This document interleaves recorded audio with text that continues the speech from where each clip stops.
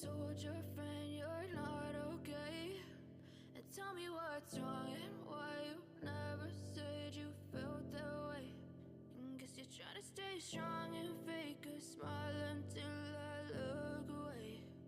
But I've known you too long, it hurts to watch your blue eyes fade to gray as you fade away,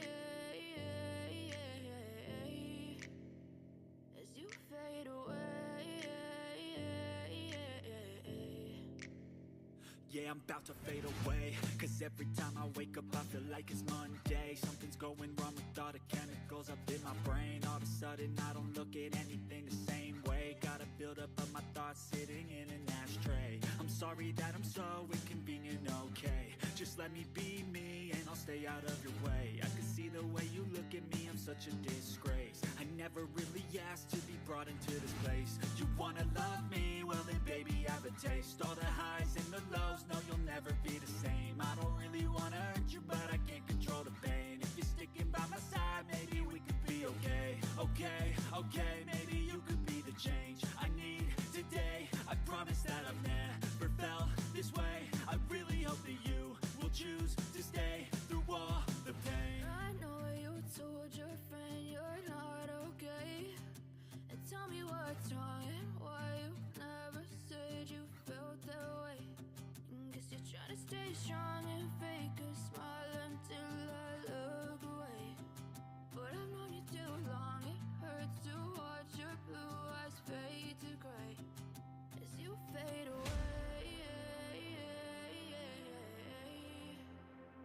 as you fade away, as you fade away.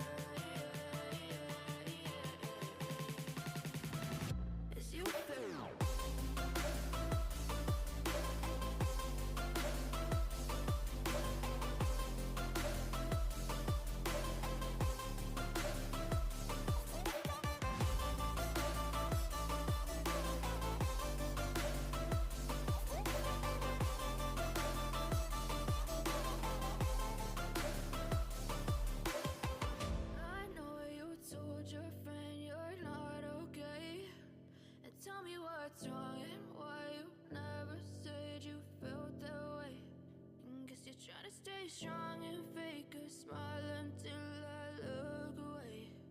But I've known you too long, it hurts to watch your blue eyes fade to gray.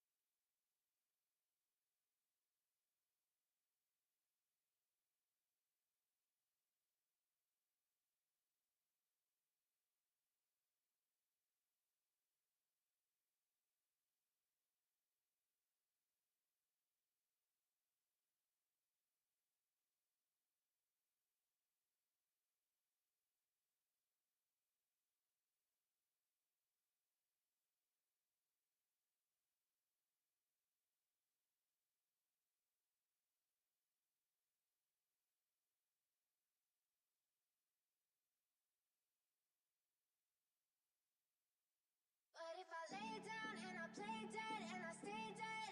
Baby, you'll get sick of being the monster out of my head, under my bed.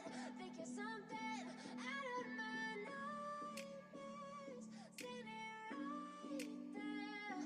But if I lay down and I play dead and I stay dead, then will you get bored of killing me? Silhouettes of you are like a taunt. Never really know just what you want. With you I don't ever feel calm. I can feel the sweat inside my palms. Play with me like cats and a string. You don't understand the pain it brings.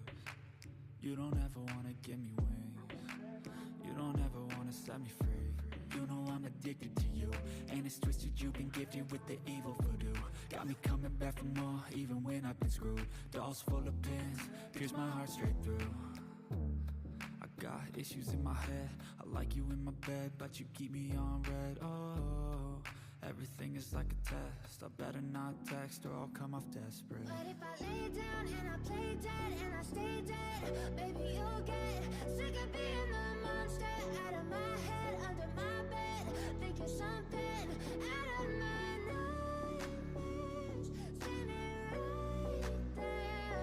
But if I lay down and I play dead and I stay dead, then will you get bored of killing me? So if I play dead, will you regret everything that you did, that you said? I don't think you understand what you're doing, and my heart's black and blue from the bruising. I feel like when I'm with you I'm losing.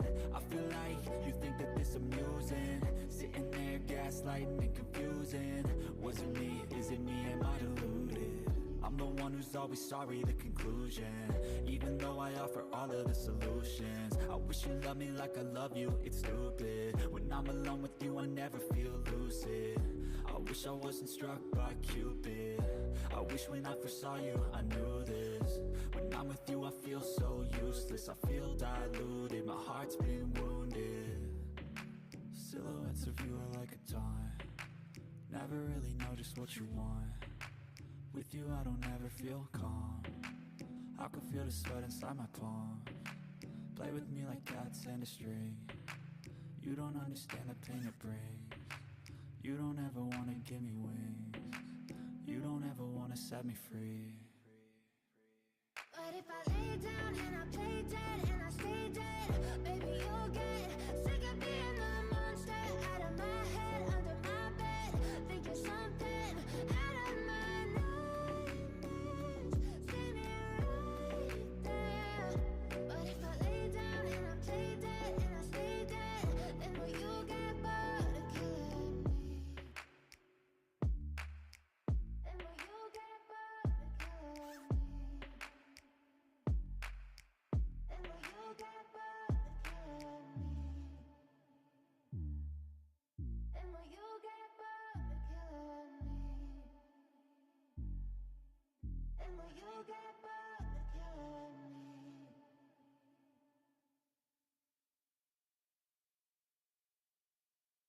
Step 1, wake up early, gonna rise with the sun. Step 2, get some good, some food in you. Step 3, think real hard about what you wanna be. Step 4, everybody just do your thing. Wake up, today's gonna be a good day. Wake up, today's gonna be a good day. Wake up, today's gonna be a good day. Wake up, today's gonna be a good day. Wake up, today's gonna be a good day. Wake up, today's gonna be a good day. Wake up, today's gonna be a good day. Wake up, today's gonna be a good day. Yeah. Set your affirmations, aspirations. I got shit to do, the aftermath of preparation. Good food, good mood, blood in circulation.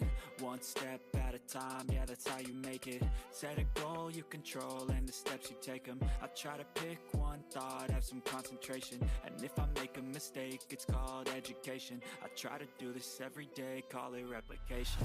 Wake up, today's gonna be a good day. Wake up, today's gonna be a good day. Wake up, today's gonna be a good day. Wake up, today's gonna be a good day. Wake up, today's gonna be a good day. Wake up, today's gonna be a good day.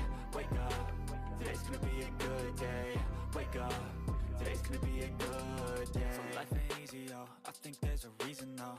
Ups ups and downs, just like every different season, yo. Sometimes I'm high, other times I'm barely breathing, though. I always gotta fight and hide from the demons, yo. Negative thoughts are poison, they rot. Head full of flies, so here come the clouds. They'll never stop unless I can swap all the bad for the good in my head when I'm lost. Yeah, so I'ma fake it till I make it. Positive thoughts are overtaken, I got patience. One day at a time is how you operate a cadence. Afloat, you grow, you show yourself a foundation. Stay away from all the shit that causes temptation. I know that I like to do it cause of sensation. I live my life in my head like a narration. Don't expect greatness, do my best, man, I'll take it. Wake up, today's gonna be a good day. Wake up, today's gonna be a good day. Wake up, today's gonna be a good day. Wake up, today's gonna be a good day. Wake up, today's gonna be a good day. Wake up, today's gonna be a good day. Wake up, today's gonna be a good day. Wake up, today's gonna be a good day. Wake up, really gonna rise with the sun. Step 2, get some good, some food in you. Step 3, grow hard about what you wanna be. Step 4, everybody just do your thing.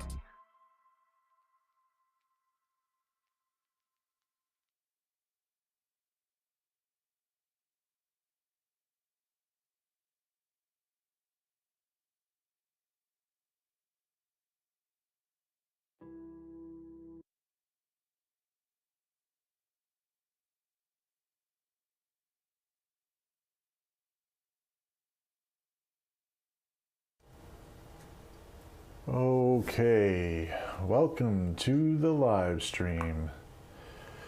Hello everyone. This live stream is going to be about backup and how important it is, how to do it on Mac, how to do it on PC, how to back up for the long term, how to back up for the short term, and it'll also go over the few rules that we need to know about backup. I'm also going to go over how to install backup software on Mac and PC, so you can get a quick glimpse of like how to do it, how to run it, and if you want to run this on your own by yourself. Right now I'm going to ask a community question, even if I know there's not many people here yet. I'm going to just add this out here and see if there's a poll for how many people already actually have a backup plan and a solution. So first I'm going to try doing this, but I'm not going to end the poll anytime soon. This is going to be for pretty much the most of the stream. So I have notes that I've got going on here because there is a lot to cover in the aspect of backup and making sure that you actually follow all the rules, and that you actually, if you do follow all these rules, you'll be safe and not have to worry about data loss during any type of emergency like ransomware attacks, or let's say other types of attacks where like to take down your whole network, or hardware failure. Hardware failure is very common, probably more common than, you know, ransomware and other attacks. So let's start with the primary rules. So there's the rule of 3, and I was explaining this a little bit in the description, but if you stick to the rule of 3 for backup, you will sleep better at night, let's put it this way, knowing that your backup is, you know, that your data is all in safe hands and you won't have any problems restoring it. So the first rule is going to be create a primary backup and 2 copies of your data. That's the official rule. I've added to this rule also ongoing backup as well as logging, which is very important. The reason why I've added to that rule is because those other 2 portions of it really make the difference. It's about sustainability of that backup throughout time. You don't want to just consider yourself backed up once and thinking you've got all your data, unless your data never changes. And by data, I mean like you don't add anything or subtract anything from, you know, your folders and stuff that you normally save, or modify anything in that aspect. So every time you are adding or subtracting or modifying files, you should still also be continuously backing up. Your solution should also provide you a log of that information to let you know that you've been backed up. A lot of big problems with programs and software nowadays is the failure of that program or failure of that software to not do its job. Maybe because of a Windows, update or a Mac update, or something happens during that time, during your current backup, that could cause a problem. That log is very good to know, so that just in case if it does fail, you can go back in there manually and rerun the new backup. The second rule is save your data or backups to two different types of media. This is very important. Now, two different types of media are basically very simple. You've got cloud backup. You've got physical backup, which is like a hard disk, a CD or a DVD or a tape drive, which we're going to go over very shortly on which one to use. And those types of media, depending upon the type of media that you're using, will give you a certain amount of longevity of that media before it has to be replaced. And I'm going to go over that very shortly, but the long story short, you make sure that you always have two forms of backup. That online backup does count as one form of backup for media, and as well as a different type of media, like a local storage device media, is always recommended for the second type. Having at least one is better than having nothing, but two is always better. So, and the third rule, which is keep at least one backup off-site, which is also considered a cloud backup. Cloud backup could be your off-site backup, or you could actually take a physical drive off location.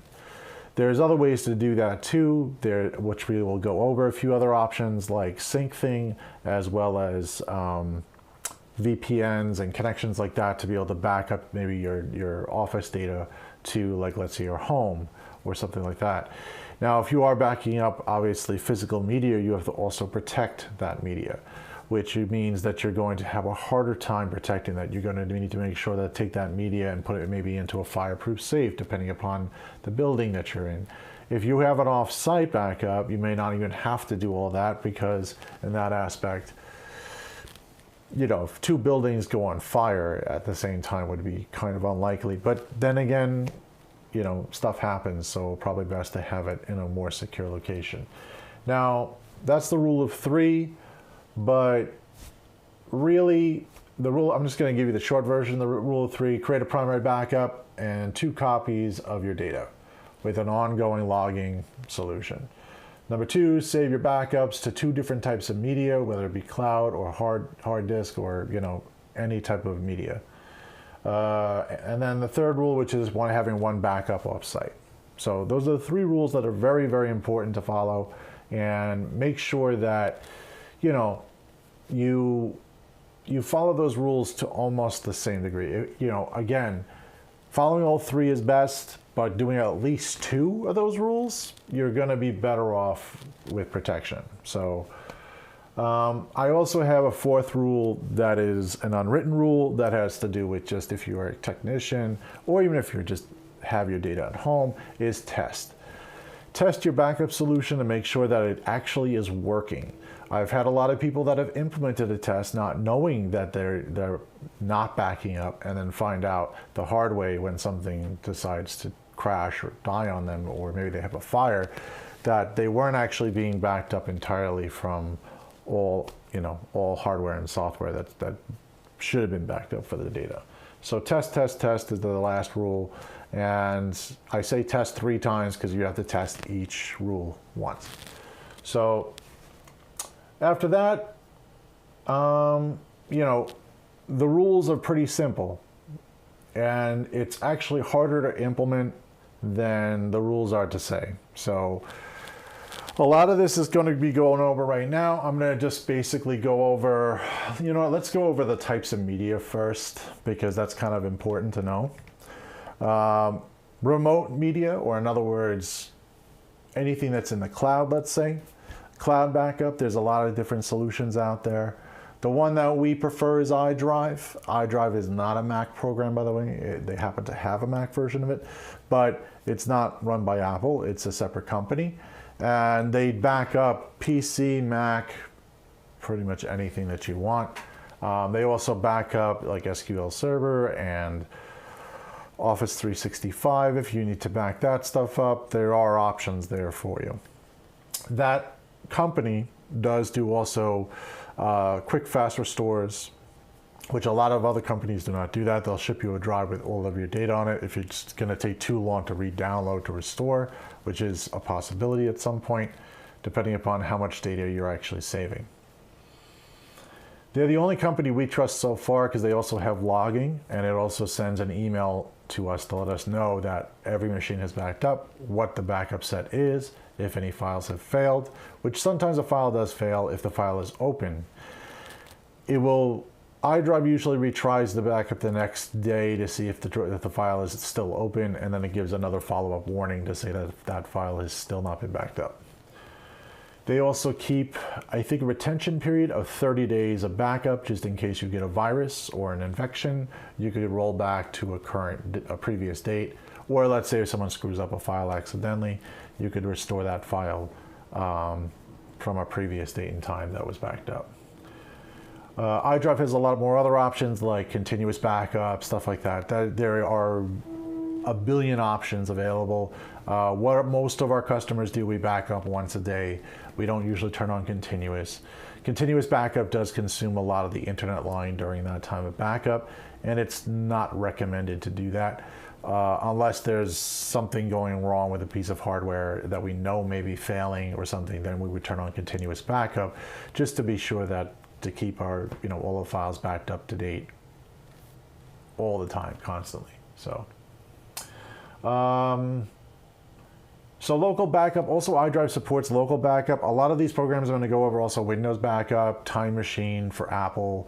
iDrive also works for Apple. So all of these programs have pretty much a local way of backing up. You could connect an external drive and it'll allow you to back up your data to that drive constantly. It'll also keep backup sets and changes as each backup set has been backed up to a physical drive and physical piece of media. The types of media. I'm going to move that into that because that's kind of really important. There are a lot of types of media. There are only certain types that we actually recommend. I'm going to go through all the types just to kind of give you an overview and let you choose which one you want, but I'm going to go over the ones that we prefer. The first one starting with is mechanical disks. Sorry guys, I have to read my notes, so I'm looking this way. Mechanical disks, there are 10 years max in good conditions for how long they last. And by 10 years, I mean cold storage 10 years. If it's actual active storage, you should be replacing them at the warranty period. Most external drives, I think, are warranted for 3 to 5 years, depending upon the manufacturer.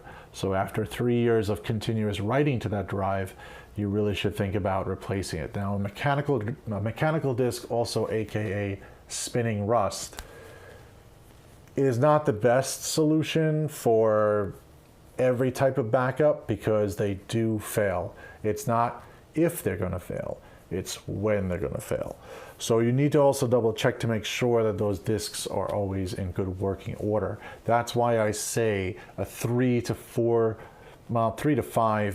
year usage is good enough for an actively running disk constantly. After the 3-year mark, I always recommend that you don't have to get rid of the drive. You could just keep that drive as a stagnant backup and leave it as cold storage at that point. And by cold storage, I mean that you don't plug it in, you just mark it with the date, time that it went into cold storage, you put a label on it, and just basically at the 10-year mark, I would probably recycle the drive, erase it and recycle the drive, make sure that you currently have a most current backup at that time. Again, your backup plan should also be reviewed every year. This is not an optional thing. You should really be reviewing every year. You set a date and time to say, okay, well, at least date. Set a date to say, okay, this week I'm supposed to review my backups, especially if you're a big business, you really should be doing that. If you're one of our customers, we will remind you, once a year to just quickly take a look at your backups. But we will take a look at the current backup that's online. We usually do that weekly for you anyway. If you're one of our service clients, and we will be continuously monitoring that for you. But it's always good to know that you always have a physical hardware backup at some point in time as well. External mechanical hard disks like these, which is just a regular standard drive, regular cable, USB cable, USB 3 cable. These are spinning rust, mechanical. They only last, again, 3 to 5 years, before you should really be pulling them. These are the least expensive option for you as well for backing up, and one of the most reliable, technically speaking, in the aspect of short-term, and I say short-term meaning not going into long-term storage, because these are still only good for about 10 years, even in cold storage. So, but it's the least expensive option, and this is one of the most common one you're going to see. Most people should be replacing these again every 3 years with a newer drive. Do not throw these in the garbage. These should be recycled. Bring them to your current recycler. If you are, again, one of our customers, we will pick them up on your recycling day when we go to pick up all the rest of your recycling, or until next time we visit you. So that's one type of media. The other type of media is SSD or NVMe external drives. These are kind of close. Also, they fit into the word of flash category, where you have like flash USB disks. If you ever heard about a USB drive, which I do not have on me right now, but a USB flash drive, I think you guys have seen them all before. They're small little drives. They're okay to store temporary data on, but that's only if you're going to continuously use them. They are not good to be for long cold storage, and they're not really good for long cold storage at all. They don't hold up really well if they're not being used. A good example, I took some notes from, I think it was Seagate or Western Digital, don't quote me on that one, but it's one of the drive manufacturers, that if we store a standard flash drive within 30 degrees Celsius or 86 degrees Fahrenheit, that drive will also fail within about 1 year max. So in other words, most people's attics, like where they throw all of their junk backups, would be pretty hot. And if they stored it in that location for 1 year, it would probably not survive the 1 year mark. And that's flash drives, not these mechanical drives. These mechanical drives actually last pretty decently in high temperature, almost with no problem. Now, should you be using high temperature rooms? No, you really should store it in a regular average temperature room, so like 70 degrees. Probably don't want to go over that. Again, flash is not really good for long-term storage. If you're keeping it in for long-term storage, I wouldn't use it for cold for more than a year. So what do I mean by that? You could still use a flash drive to back up, let's say, some of your data, but we would recommend that you back it up every 6 months. So in other words, if you're going to use a flash drive, you should really be backing up every 6 months, not 12 months at least, at the very bare minimum. If you should be backing up every day, you could actually use it to back up every day and it'll be fine. But again, it needs to be plugged in. It needs to be operational. The minute you start to unplug it, the time starts from there. And if you unplug it, and I don't mean like, oh, if I unplug it and then it adds more time. No, you unplug it, you replug it back in, that time resets, so, it's just without power for that amount of time. SSDs and NVMEs are a little bit more susceptible to degradation over time when it's not being powered. Again, they make great work drives for like your regular workstation, your regular laptop. They're fast, they're really quick, but they're not really made for cold storage. If you decide to use an SSD and NVMe, that's okay as long as you're using perpetually. Now, there's one good benefit about SSDs and NVMEs if you're using them for backup, is that there's already software that could determine if that drive is going to fail anytime soon. It gives you an estimate, because based off of reading and writing, it'll let you know that that drive has a higher risk availability of knowing that it's going to become defective at some point in time, because it is a memory controller and memory written device. So it's a little bit easier to detect that. I wouldn't trust that on 100%, but you know, it is still an okay backup device just as long as you're using it constantly. Is it a good use of storage? Yeah. Again, SSD and NVMe are also still kind of good to use in a NAS device, a network attached storage device. That will allow you to do a backup, but those NAS devices are usually left on all the time because they're constant backup. They're constantly backing up either another server or another workstation, so that actually allows you to have just a big place to store storage or store your data. Now, there's another medium, tapes. Tapes are really not really used by your regular everyday person. That's usually used in like larger enterprises. That's usually used for larger servers, larger amounts of data that needs to be stored for a very long time. Tapes are still very sensitive to moisture and sensitive to temperature changes. So that's why they always come with a pre-packaged like plastic case to keep the moisture out, keep the air out, and it'll keep the tape running for a little longer. The only problem with tape is that you'd only have a certain amount of reads and writes to it before it starts to have to be retensioned again. And even retensioning the tape, tapes are horrific. Someone said tapes are horrific memories. Yeah, they've been around for a very long time. So it is a proven technology. The only problem is that you're talking about things that are really hard to control. Moisture, temperature, all these things are very difficult for a tape drive to handle. And they are a lot more susceptible to that than, you know, your regular spinning rust drive even. Your spinning rust drive is just basically, you know, it does handle temperature better and moisture better than your tape. There is someone outside beeping. That is really annoying. Sorry if you hear that on the thing. Hopefully you don't. So the tapes basically, you know, you're talking enterprise level. You would not see this again at your home. Someone else has said the problem is when they stop working, you have no warnings. That's pretty much typical of almost any backup device. That's why I say you have to go by years. You know, that's why you need to put labels on things and say this has been, you know, we have a label on, let's say we have a label here on this drive. This is another example.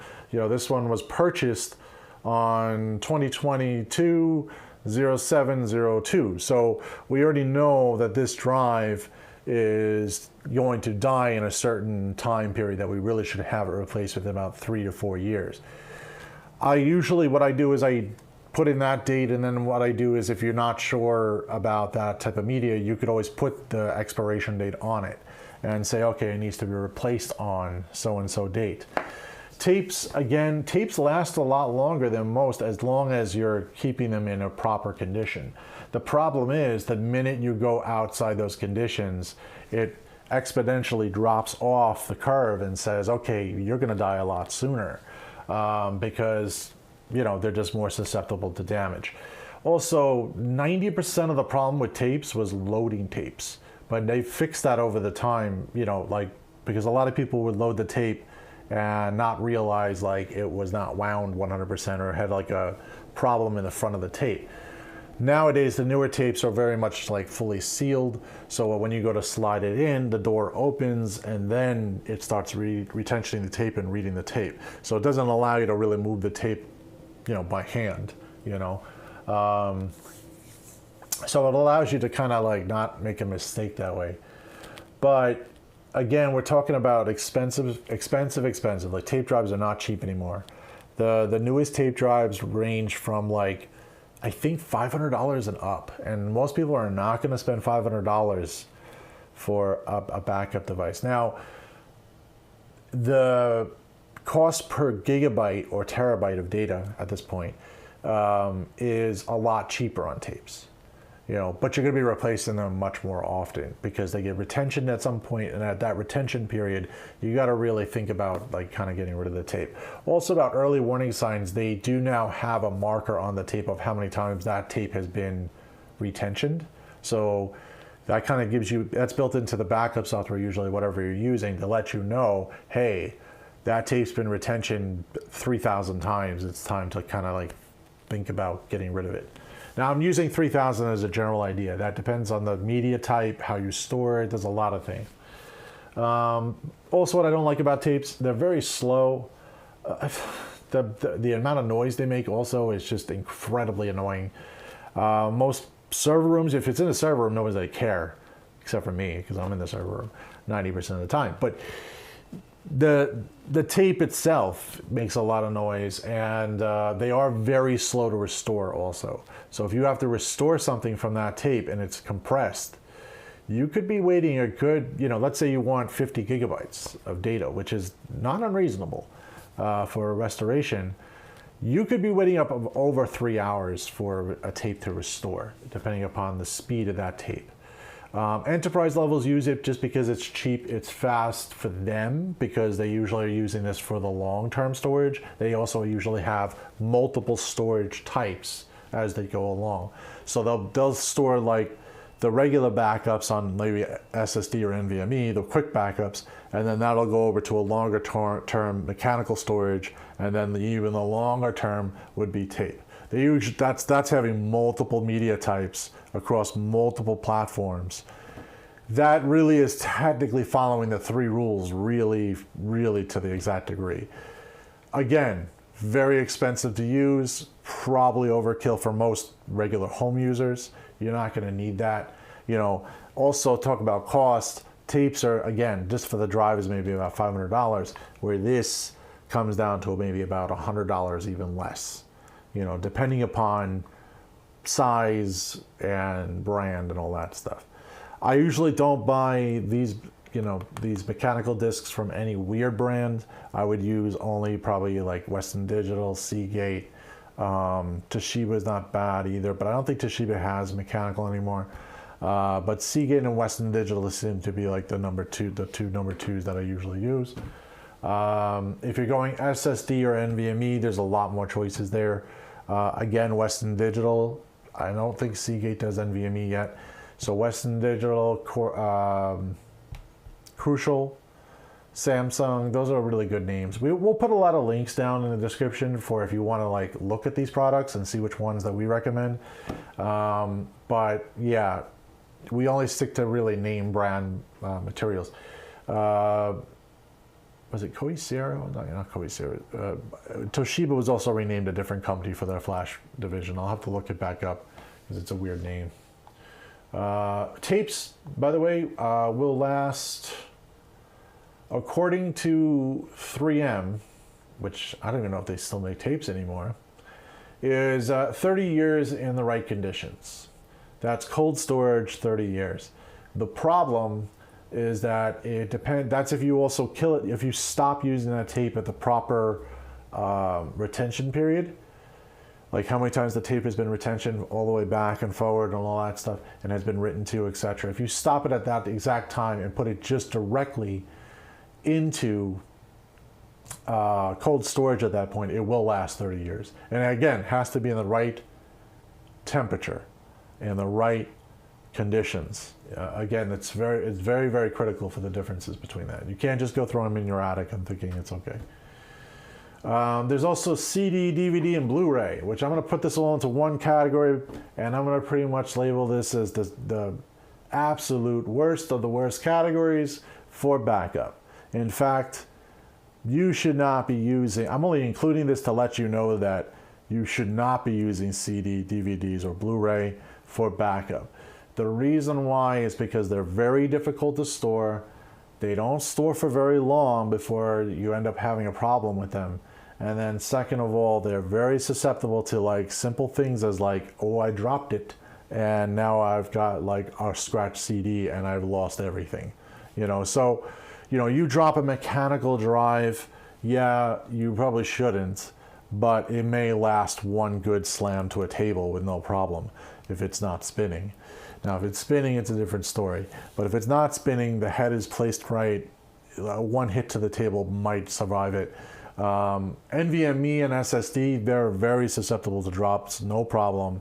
We're not susceptible, unsusceptible to drops. If you just drop an SSD or an NVMe drive accidentally, it's not going to be the end of the world. You pick it back up, you put it back in your computer. And in fact, actually, I think some people have actually run over their SSDs and it still worked. So until it gets fully crushed or totally dismembered, then it will become a problem. But as long as it stays flat and it doesn't land totally crunched or ends up in a shredder or something, then it's a different story. But CD, DVD, and Blu-rays, yeah, let's just skip this whole category and pretty much say don't use it. If you have a personal movie collection, let's say on Blu-ray, DVD, or CDs, I wouldn't store them that way because they, unless you store them absolutely upright, like this instead of down this way, because most people store them horizontally instead of vertically. You will see a degradation over time. Like they will not, the material starts to degrade. So even in a case, it'll still degrade a little bit. Again, not good for backup.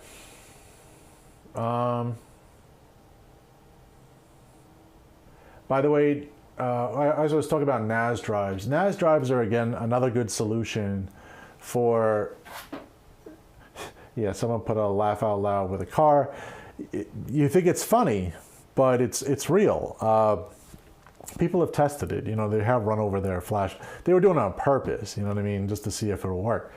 As long as the drive doesn't get fully crushed, in other words, flat like a pancake, it's a different story.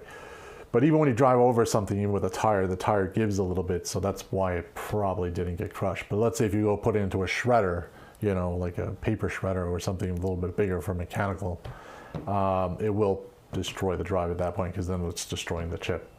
But yeah, so going back to the NAS drives. The NAS drives, network attached storage, that's also great for businesses as well. You could also use your NAS drive as, let's say, your current primary storage. And then you can also create another NAS drive for backup. We use TrueNAS here. We will probably go over TrueNAS in another video. It's going to be probably a regular video and probably not a live stream for that. And it's going to go over how to set up TrueNAS and how to configure things. That will allow you to, back up all of your data as well over a network. That's another solution. When you start to get large amounts of data, a NAS would be something you would go into. So if you're only backing up your family photos, you can go with a spinning Rust drive or an SSD or an NVMe drive. And then when you go to something much larger, let's say you're reaching that drive capacity at that point, you can then say, okay, is this the time to buy another mechanical spinning Rust drive if you're past this limit? Or do you go into something like a NAS? That's something you got to determine by file size. If, let's say, this drive, the max drive you can get is, let's say, a 4 terabyte drive. Your backup set, your default backup set should be 2 terabytes. So if you're over 2 terabytes, you should be considering another backup medium or a larger backup drive. This also stands for gigabytes, so it's just half the size of whatever you're currently backing up to. So if, let's say, your backup set is 500 gigabytes, you should have a 1 terabyte drive to back up your system. Again, I'm going to put some examples in the description for you guys because I know this is not, it's not really a one-to-one comparison all the time, but when you start to use things like iDrive or Windows Backup or Mac's Time Machine, whatever it is, they'll give you some sort of clue on how much space you're using at that time. But to get a better understanding of when you're going to have to upgrade over time, you'll need to know those details so that you'll know when to purchase the next drive, or you'll find yourself the hard way where you're like, well, now I ran out of space, what do I do now? You buy another drive, or you have to go into a NAS or something more serious. It depends. You could also back up to multiple drives and stuff like that, especially with iDrive, but your backup set, your total amount of data that you are backing up in one set really makes the difference because you're going to have change sets as you go, and then you may have another duplicate full set backup at some point. Again, we're going to go over that in iDrive very shortly. So when to change the drives are very important. Having a backup plan and saying when those drives are going to happen to change is very important to fill out, and say to yourself, this is what I'm going to follow. Because the biggest problem about backup is the fact that we all forget about it. And when you forget about it, that's when things start to have problems, because then something goes bad on your entire system, and then you find out the hard way that it wasn't backed up, or you're having it's the emergency case situation. Again, back to test. That's very important too, to pull down your backup at least maybe once a year, if not twice a year, just to quickly take a look and make sure that your files are concurrent with what you already have backed up. Okay, NAS drives for backup. Again, there's also some other things with NAS. When you get to higher end amounts of data, you're going to need also more speed to back up that data. That's when you get into more custom hardware. And I say custom, but I shouldn't say custom, more enterprise level hardware, where you're starting to get to that point of going like higher speed networking. Instead of 1 gigabit, which is like our standard networking, if you need to back up, let's say 13 terabytes of data, that's not going to really fly over 1 gigabyte. It may take more than one day to back up, which is no good, because you want that backup set to run before the beginning of the next day. So therefore, you may need something like 10 gigabit networking, or you may need even fiber, or you may even need something to go just from one machine to the other machine in a direct card like SAS configuration. SAS is just serial attached storage. It's kind of an enterprise level thing. Again, if you're into that category, that's when you need to call a professional, someone that's an IT professional that knows what they're doing. When you get that much data, you really should be not doing that on your own. You should get some really good advice from someone higher up. And I say higher up, just more knowledgeable about the situation. All right, let's go over to iDrive, because that's kind of like what I want to go over. iDrive makes it really easy to back up your system, even if you have no idea what you're doing. It's a very cheap cost per year backup. The personal one is pretty cheap. Let me go over to, let me see here.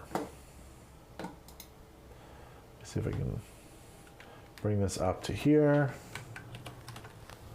Nope. Not going to do that. Okay, let me switch over to 3 for a second, and let me close that. Okay. Let me get iDrive over here. Oop. Sorry, 2 screens, and my mouse is a little bit shaky today. There we go. Let me turn my cell phone over here. There we go. Okay, so on iDrive, I'm going to set up using a default, like simple email address that we have here. It's a test account. It's nothing very fancy, but it will show you exactly what's going on with iDrive and how to use it, and it'll get me into the software, so at least we can go forward. When you first install it, this is what it comes up to: username, email, password. If you don't have an account, you can create an account right here, and it'll actually pop up a new window, which is your browser, and let you sign up an account. When you do sign up your account, it's going to give you an option of encryption key. If you know nothing about encryption keys, just choose the default, because the default is managed by iDrive, and then you don't have to do anything. If you are a very paranoid person and you don't want your data, let's say, accessible by iDrive, the company, at all, then you can do your own encryption key. That's a whole nother topic and a whole nother video, and that goes into a really big rabbit hole. So we may do that later on, but for now purposes, if you're just a home user or you're in a business, probably the default key is probably fine. If you're a government entity or a person that's running for the government or working for the government, you may want to do your own type of encryption key, because you may have other standards for how your data should be stored. This company does allow you to do your own key, is the whole point of this. So if you want to go to that level, you can. The default is the default key for iDrive. I recommend that for your regular home user. No one's looking at your data. It's still encrypted while it goes over the network. It's still encrypted at iDrive. The only difference is iDrive manages your encryption key for you, which is a lot easier. If you want to go the opposite route and you want to create your own key, be sure to back up that key, because again, iDrive will not have that key for you, so they will not be able to decrypt your data without that key. All right, so moving on, default, better option, just go with it. Username, we're gonna just use our test email account here, which is literally a test email.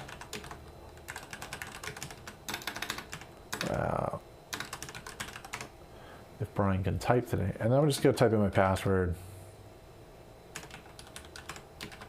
This account doesn't have anything on it, so that's why we're doing this. In this case, you could choose Remember Me as default. If you choose Remember Me as default, you won't have to keep signing in all the time. That might make it a little easier to work with your iDrive account. If you are not signed in, you will not have options to restore files, but it will always still continuously back up files as long as you've signed in at least once. So if you signed in and you set up a schedule, you don't have to stay signed in. You can stay signed out and it'll still back up. If you want to restore files, though, you're going to have to sign back in. Or if you want to change anything, like change your backup set, like in other words, change what you want to back up on your computer, then you're going to need to log back in and to be able to do that. So let's hit sign in right now. It's going to be a new machine, so let's sign in.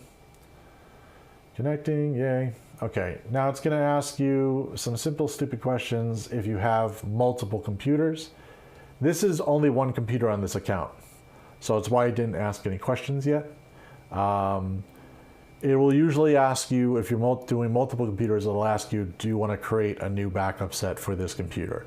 In this case, I only have one on the account, so it's not going to make much of a difference.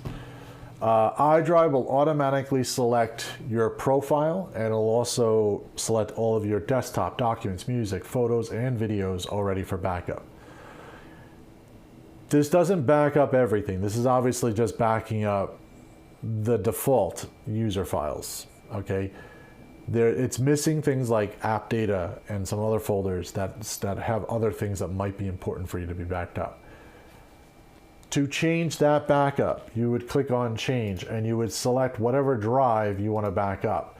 And in this case, I've got two different drives on my machine. I've got a C drive and I got a B drive. The B drive is actually a network attached storage device. So you can back up your NAS, back up that NAS, back up the NAS to your iDrive. So if you really wanted to, you could back up your entire NAS to iDrive with no problem. So if you do have a NAS, this is also available so that you can have more than one spot for that backup. So you're still following the rule of 3, even with a NAS attached device. Now, if you're in your C drive, you can select anything you want. In this case, I don't have much on here because this is the studio computer and I don't really keep much on here, but you would go through all your folders and you would select any other folders that you would need backed up. Now, if you want to back up your passwords and stuff and you're storing them in a browser, which is a bad idea anyway, this is always a typical common problem because a lot of people are like, oh, nothing backed up my passwords on the browser. No, because it's backed up in the app data folder under the Google profile or Firefox profile, your browser's profile. So at that point, you need to back up either that folder or you should probably change off of your passwords into like a password manager like Bitwarden or something like that. Now, if you have Outlook running, you also should back up your Outlook files. If you have Outlook installed, iDrive will automatically pick that folder and add it to here. I don't have Outlook installed here, but it would normally show that. And it'll say Outlook with a checkbox. So you could back up your entire email program or any other programs that you may have for your email. Now, if you're using Thunderbird, it's a whole nother story. It does show up here, but you got to select more folders for Thunderbird. I'm not going to go down that path right now because of the fact that most people probably don't use Thunderbird here. But if you're using Outlook, that's the way to back it up. If you're using like webmail, there's no need to because it's backed up on the Spain server. But you can, you could set up like an iDrive, an iDrive Office 365 like login to back up your Office 365 if you're worried about Microsoft losing your data, or if you're just worried about someone's employees' data going to the garbage or something, you can have that backed up. At all times, it'll tell you what your quota is. Quota just means that that's the size of the drive space you have with iDrive. I'm on a free account right now, so that is on 10 gigabytes of space. I think the default one is, for the first year one, it'd be nice if I can move my mouse. There we go. Yeah, personal drive backup, they give you 5 terabytes of data. That's 5,000 gigabytes approximately. And they only charge you, well, the regular price is $79.50, but the first year is $59.62. So estimate about $100 a year for backup at 5 terabytes. Most people fit into that category. It gives you one user, unlimited computers, and 5 terabytes of storage. Most companies, businesses, personal probably fit under that category. If you want, they also have a business section, which is a little more expensive, but they offer multiple users and a whole bunch of other crazy stuff. Let me bring this over here so you guys can see what I'm looking at. If you're curious about this, they have a pricing page. Again, I'm going to link all this stuff in the description so you can go back to this later. But my concern mostly about this, most people would usually fit under iDrive Personal. The basic is very basic. It's only 10 gigabytes. That's not a lot of space, but I'm only using it for demonstration purposes, so it's perfectly fine. But if you're using something production, pay the cost per year. It's almost nothing. It's less than $100 a year, and it backs up everything. By the way, even if you're not going to go for the full 3 rules, of backup, this will at least get you through the first rule and the second rule. No, halfway through the second rule. And definitely not the second rule, but definitely getting into the first rule at least, having 2 places to back up to. So anyway, you want to select what you want to back up. Make sure that it doesn't go over your quota, of course. We're not over that quota. You can now go to, at this point, you could go to, I'm going to go down the menu, but usually you'd go to scheduler first. Let's go to scheduler first. You go to scheduler first. This is where you want to schedule your backup to when it's going to happen. You select the time that your computer is going to be on, but you're probably not going to be using it. The reason why is because when your backup runs, if your computer is a little slow, it will slow down your computer a little bit during that time. So if you're okay with it slowing down your computer while you're working, then say during a work hour. That's if you turn your computer off every night. Let's say you leave your computer on every night, you could set this to, let's say, 3 a.m. 3:06, whatever, 3 a.m. Let's say 3 a.m. You could choose your schedule of when to back up. I recommend backing up every day. Why not? If you back up once a week, that might be a problem because your computer might be off during that one time a week. And let's say you don't turn it on for another week. Now you've got 2 weeks worth of data that could be going in and out that doesn't, that's not actually being backed up yet. So I recommend daily, Monday through Sunday. I usually do a email notification. I always do notify on failure. That's default. You can hit notify always if you want to have an email every day, but sometimes that gets a little annoying, so you might want to just on notify on failure. So if the system hasn't backed up in a while, it will tell you that. I also check off start the missed scheduled backup when the computer is turned on. So in other words, let's say you missed a scheduled backup and most of the time this happens with laptops. If you're on let's say a laptop, you shut your laptop off and you forgot to back up on Monday or something. But you turn your computer back on Tuesday, it should start that missed backup right away. So at least you don't miss that, current data that could be in limbo land over there, not being really backed up. So you want to make sure you're always getting backed up. By the way, iDrive only backs up your changes. So when you make changes to files, it actually says, hey, Brian made a change to an item on his desktop or added a whole bunch of files to his desktop. It'll only pick up the files that have been added or changed. Or deleted. If I deleted an item also, it'll remove it from the backup, but it'll still keep that item in backup for 30 days retention. Now, on the free account, it doesn't do that. On your account that you're paying for, which you should be paying for anyway, you will, you'll have that 30 days retention. So it's very important to have that 30 days retention, just in case you delete a file and you're like, oh my God, I gotta get that back. You can go back in here and restore it. So you want to check that off. You could view and manage all the scheduled jobs. You could create some crazy schedules if you want. I personally don't do that. I just stick with the default one schedule so it's not confusing. It's very simple, very straightforward. You back it up. Now, if you have a NAS backup, there'll be I don't have anything backed up on a NAS, but they'll give you an option to back up remote NAS or external drives or any of that stuff as a secondary backup set. You'll want to set that and set it kind of the same way as your current one, or set it like 30 minutes off of your current backup. After you've done that, you want to save your changes, because I didn't do that. Save the changes. Okay. Now, there's a few little other options here. Start the backup immediately, hourly scheduled, cutoff time. Honestly, these are dangerous. I would stay away from these. The reason why they're not checked off by default is because they're not really necessary to do.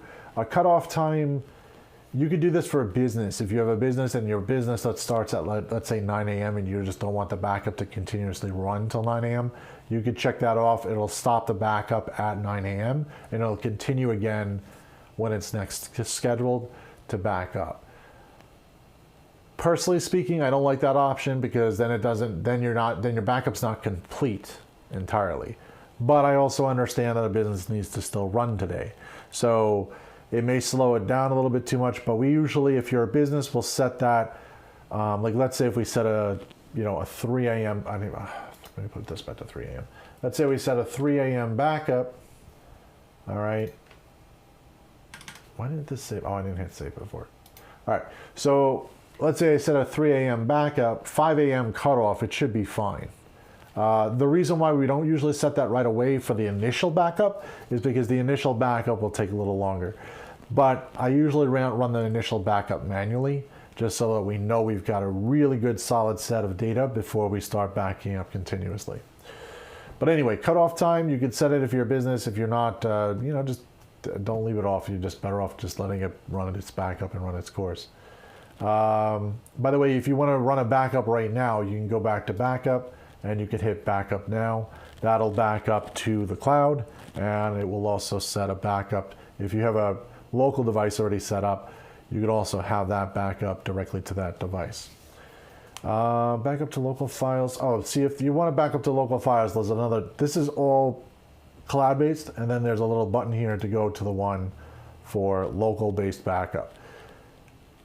Here's a little bit word of advice. If you're going to do local-based backup, do not back up to the drive that you are backing up. In other words, if you're backing up C drive, don't back up to C drive. You want to back up to, let's say, D, E, or F, just in case of a hardware failure. If a hardware failure is usually the most common problem when you need to use backup. So I'd recommend that you have two drives. You have your spinning Rust drive connected and back up to that. I'm going to connect this just to show you what's going to happen. If I can see the USB ports. Oh, it's the other way. All right. Hopefully it comes up. There we go. Okay, so I have a D drive on here. Get back over. It's going to ask you a backup location. You're going to hit the dots. You're going to choose a drive. It's asking me to allow access to firewall. 1 second. That should be all right. Okay. All right. So it's asking me to select the location. Now, if you noticed, C drive came up. I just connected D drive. D drive came up. I would probably choose D most of the time, but I'm not going to select it because I don't want to put a bunch of files on there right now. But you can always select this. If you select that drive, it'll always, whenever you hit backup, it'll automatically back up to that drive constantly. If you noticed also, it came up with the B drive, not, B like Brian, network drive has shown up also. So you can back up to a NAS. That's another option you can do. So you can have a secondary NAS drive or NAS server, shouldn't say NAS drive, secondary NAS server, and you can back up to that secondary server if you wanted to. they also consider that local backup. So not a lot of programs allow you to do this. Carbonite is a good example. I really hate that software. I believe that software is written really poorly. It's made for the one user kind of backup, nothing very special, no logging, no nothing. Plus on top of it, it doesn't allow you to back up the NAS most of the time. Even if you're on Mac or you're on PC, there's like an extra additional charge you have to pay to get them to back it up to a NAS. It's very hidden on their website, and that's a very deceiving thing for them, and that's why we also don't recommend them.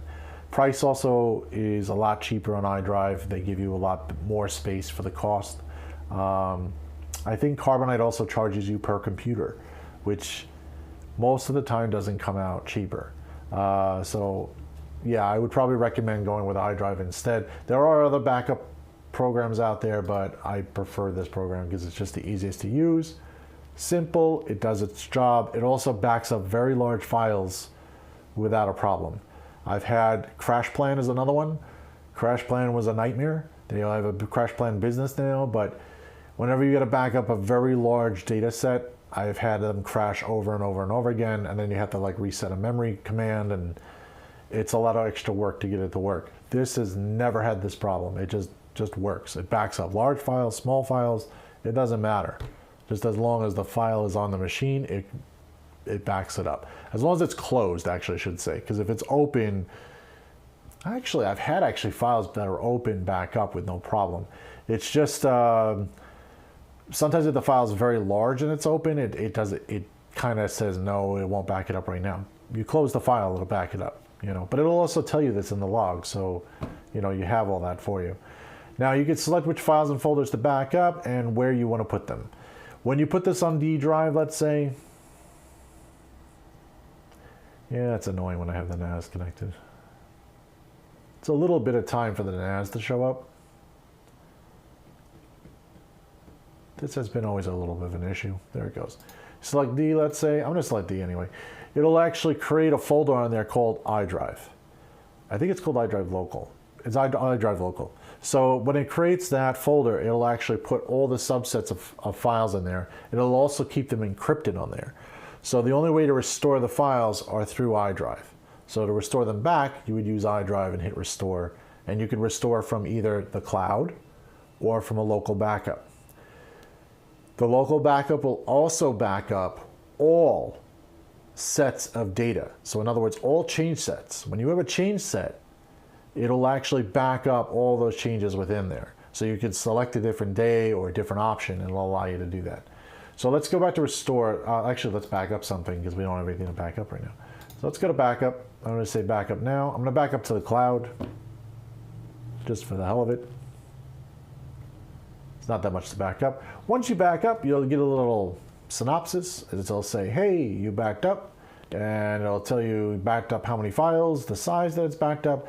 And it'll also tell you how many files you already have in your account previously before the backup. That's important to know, so you know like the change of how many files. If something is off, it will let you know this, because by visual, you can say, hey, I made a lot of changes today. I made 3 gigs of changes. Yet my previous one only showed 1 gig, and now I'm showing only 2 gig. I'm missing 1 gig of data somewhere. That's why they're telling you that. You could also hit the view log. The log will also tell you very detailed amount of information of like what is being backed up. In this case, just a bunch of junk that is on this machine.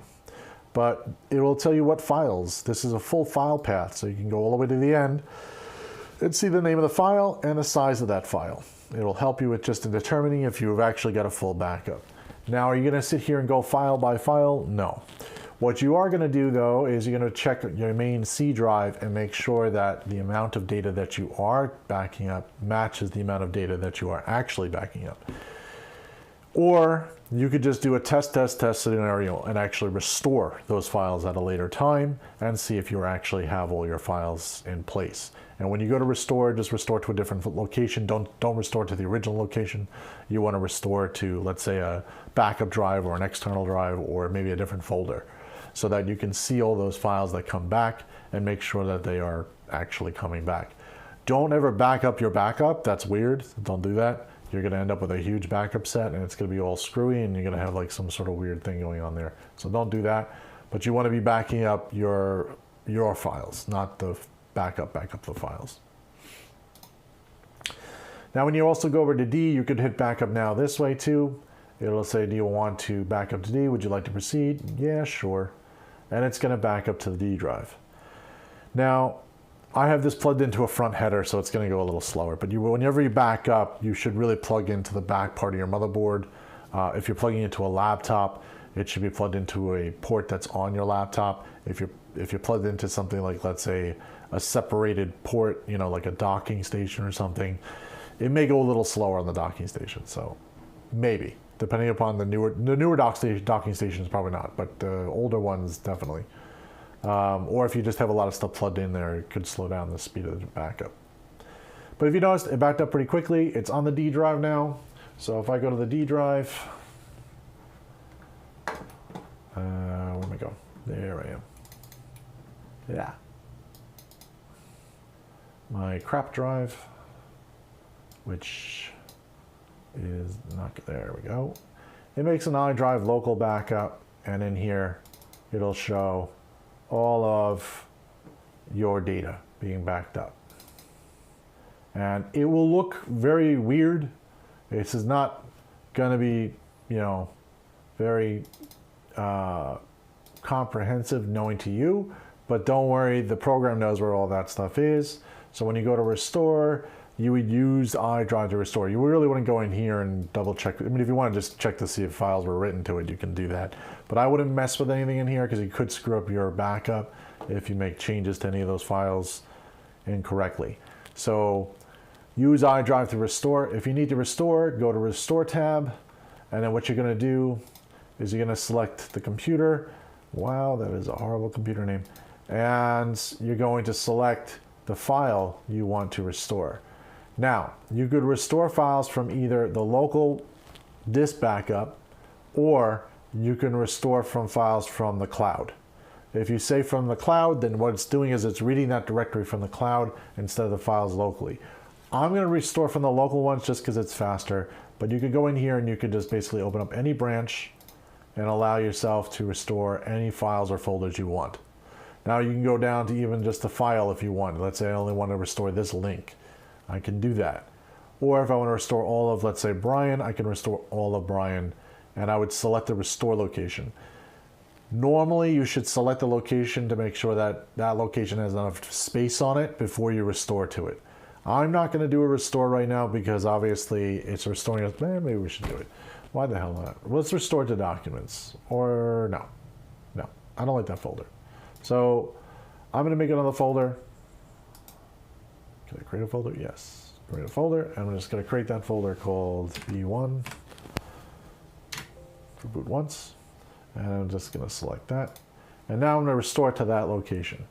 So when I hit restore now, you should restore to an empty folder. Unless you are restoring an entire drive, let's say. But if you're doing for tests, you should restore to an empty folder that has enough space to take the whole backup set that you're restoring. So you can make sure that everything is restoring down with no problem. I have seen so many times people will restore data and then they realized, oops, I don't have enough space. So what you want to do is you want to check that space on your C drive or whatever drive by either, you could take a look right here and see that I've got 465 gigs free here. I've also got 1.36 terabytes on the crap drive. And that will allow me to restore all of those files. Now, when you select all of this, the only negative point about iDrive is that it doesn't tell you how much space you're going to need. Now, kind of common sense, if you go back to the backup tab, it will tell you your total size of your backup, which in this case is only 2.9 megabytes, which is nothing. But let's say if that said terabytes, you want to know where that's going to, because it's going to take a long time, and you also don't want to run out of space. Normally, iDrive does check your backup first to see how much you're restoring, and then checks the folder for you. But I've also noticed that if you have a backup pending at the same time you're restoring, sometimes that doesn't do that check. It'll just start restoring because it thinks that you're in an emergency situation and you need to restore right away. So it may not do that check all the time. I noticed that it does do the check most of the time with like a full restore. So I'm going to do a full restore. We say restore now, and it just goes through. That was really quick, but there was a progress bar there, and it'll allow you to basically let you know how many files were restored, how many files were already in that restoration location. In this case, 0. Files restored now, 132. You could also hit view log if you want to look at the log of everything that was restored, or you can hit locate. I'm going to hit locate just to see where everything was restored to. In this case, it restored to B1. I go to this folder. It makes a lot of weird subfolders. It's based off of like where you backed up to. So it'll always say which drive. In this case, C. It'll be users, Brian, users, desktop, blah, blah, blah. Now, if you say restore to original location, it won't do this weird folder stuff. It'll just go right back to where it was. So a good example, let's say your laptop, you had it backed up, you took it through an airport, because that's what most people do. And security had its way with it, okay? And let's say the whole laptop got crunched going through the little scanner thing, which has happened before. So it comes out crunched on the other side, you're crying, whatever. But you have your data because you've backed up with iDrive, so the only thing you gotta do is just buy a new laptop, reload your account, hit restore, and choose the folder, choose the option restore to original location. It'll give you a lovely warning about saying, hey, we're restoring everything, and if there's already a file or a folder in there, it may make like a 01 or 02 of that file, just so it doesn't overwrite yourself, okay? In that case, you may want to read this warning, but if you're restoring a laptop that has none of your data on it, just recreate your current user the way you had it before. So in other words, if you have a Brian user, you would create Brian, and when you create that, you can always hit restore to that profile and it'll restore everything. And then you just have to wait for it to restore, which may take, forever if you have a lot of data. If you have a very small amount of data, it should be really quick. And by small, I mean like less than a terabyte. You know what I mean? Like less than a terabyte, and if you're on, 100 megabit down line, which is more than what most people have nowadays, but whatever. If you have 100 megabit down line, you should restore within like maybe an hour, with no problem. Now, if you're on a very slow internet connection, go to a different internet connection. You're going to be waiting a while. Either that, or if it's an urgent situation and you want, let's say, your data, and there's a lot of data that you need restored, they have iDrive, I think it's called Express. I don't know if it's on here. No, it's on iDrive's site, which would be nice if I could bring it up. There we go. So they have a thing called iDrive Express, which they hide, but if you log into, actually they'll log into your account. I'm not gonna log into my account right now, but if you log into your account, you'll be able to choose iDrive Express from the website. And what iDrive Express does is that iDrive themselves will take your data that day, put it onto a hard drive for you, like this, an external hard drive, and they will ship it to you overnight. So you have it overnighted to you I think it's for free, actually. If you have a paid account, it's for free. I'm 90% sure about that. We've done it before for a client. And what they do is they ship it over, and then you're able to connect this drive locally and then restore your files. They give you a prepaid shipping label back. You just pop it back into the box, you ship it back to them, and they erase your data from this drive. Now, they also give you the option of buying the drive. The price is not bad, so if you want to buy the drive, go ahead and buy the drive. They don't overcharge you for the hardware there. If you really want that drive and you don't want to have to send it back at all, you just want to keep it, you just pay for the drive, and then they'll let you keep it. Now, if you don't return it on time, they'll also charge you on your credit card if you don't return it right away. So after you've restored your data, they give you a few days to return the drive. They give you a lot of warnings, by the way, a lot of warnings by email before they charge your card. So Just a little bit of advice. If you want to keep it, though, keep it. If you don't want to keep it, then return it. And then you didn't really pay anything, and you've got all your data restored really quickly. We have had that happen with a customer because they had over 1 terabyte of data, and to restore a whole terabyte of data is a long time. Also, sometimes I've had customers where they just wanted to buy the drive because they wanted a physical copy for the whole year. So at the end of the year of all these updates and patches and all this crap, they just contacted iDrive and was like, can I get a drive shipped to me? I'll pay it, you know, pay for the drive and maybe the shipping, because they only do this one. I think they only allow you to do this once. I have to double check what it is. I think it's once a year they allow you to do it, but they still charge you for the drive if you want to keep it. But some people want to just get the whole backup and have it physically in their office. That's a great way to do it. If you don't want to have to pay anybody for it either, because then you just get the whole thing right here. You just have to make sure you're on the most current backup before you contact them and let them know.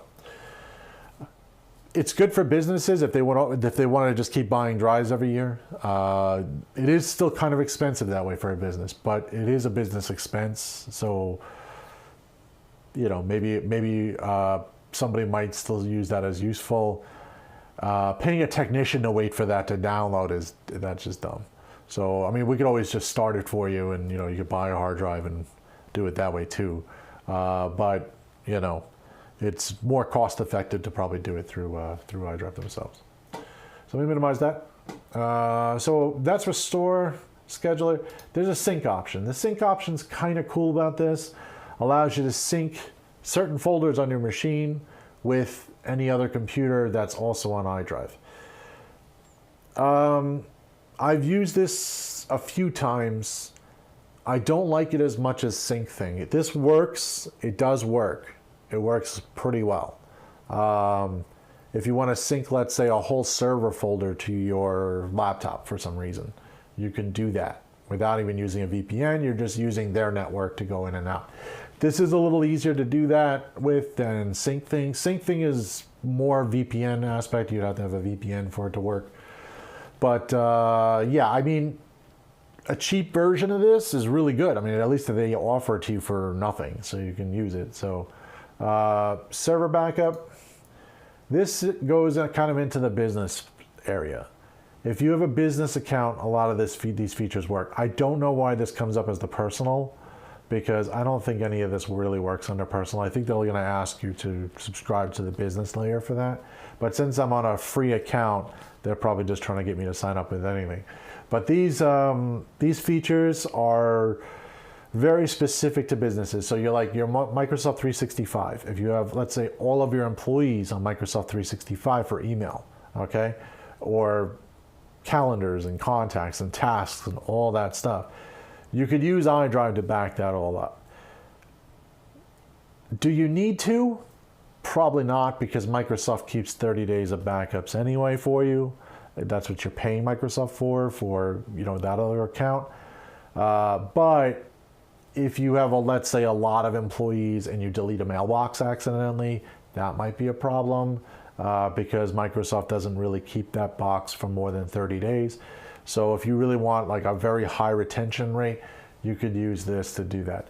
Their 365 backup is a little more pricier because it is a deluxe service, I'm going to put it that way. Not very much, it's not a very everyday service, so that's the reason why it's more expensive. Hyper-V, Oracle Server, all of these kind of fill under the same way. If you have businesses, you'll probably use one of these. Microsoft SQL Server might be one of the big ones that you back up. There are other ways to back up SQL Server, by the way, without having to use this. I was able to use iDrive as a regular drive, and then you could write a script for SQL Server to output the files pretty easily. So if you're, you know, a technician, or if you have a little bit of, I want to say a very little bit about programming language, but mostly it's IT, you know, information about SQL Server, you could easily set that up in about 10-15 minutes, or you can even Google it. There's like a whole bunch of different ways to back up SQL Server than having to use this. But if you don't want to have to do any of that and you just want an easy, quick and click solution, this is the way to go. Exchange, same thing. No one really has Exchange servers anymore. At least none of my clients do. They got all off Exchange a long time ago. Everybody's on pretty much either Office 365 or, SQL Server itself. So, Exchange Brick Level and Microsoft Exchange Server, these two things, even SharePoint, I don't see a lot of people doing this. Most people are on Office 365 that has that available to it. So, yeah, you really wouldn't do this probably. System state.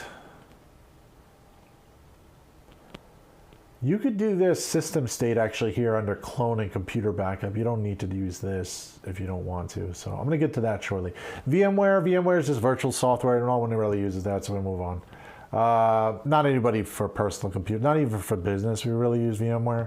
There's a lot of other options. We have VMware here that we use, but it is not backed up that way. We usually do snapshots. They're just easier. They're more local. It's quicker. It's faster.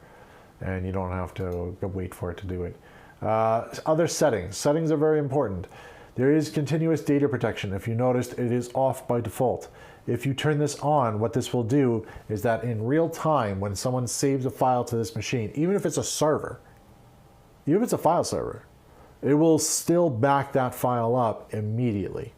So again, you could turn that on, but it may also cause conflicts. If you're using QuickBooks, it will definitely cause conflicts because QuickBooks has written such horrible software. I don't know why people still use that software, but it is going to fail. So don't turn on continuous backup for that. Verify backup set, that should be left alone at 1 day at 12 a.m. That's fine. If you want to hit verify now, you can do that. You could also change the time at what this backs up, like verifies the backup. Usually it verifies the backup after it backs up, so that might not be needed, but you could do an extra. If you want to make sure that your entire backup has been done, you can hit verify now and it'll verify that the backup has been done online.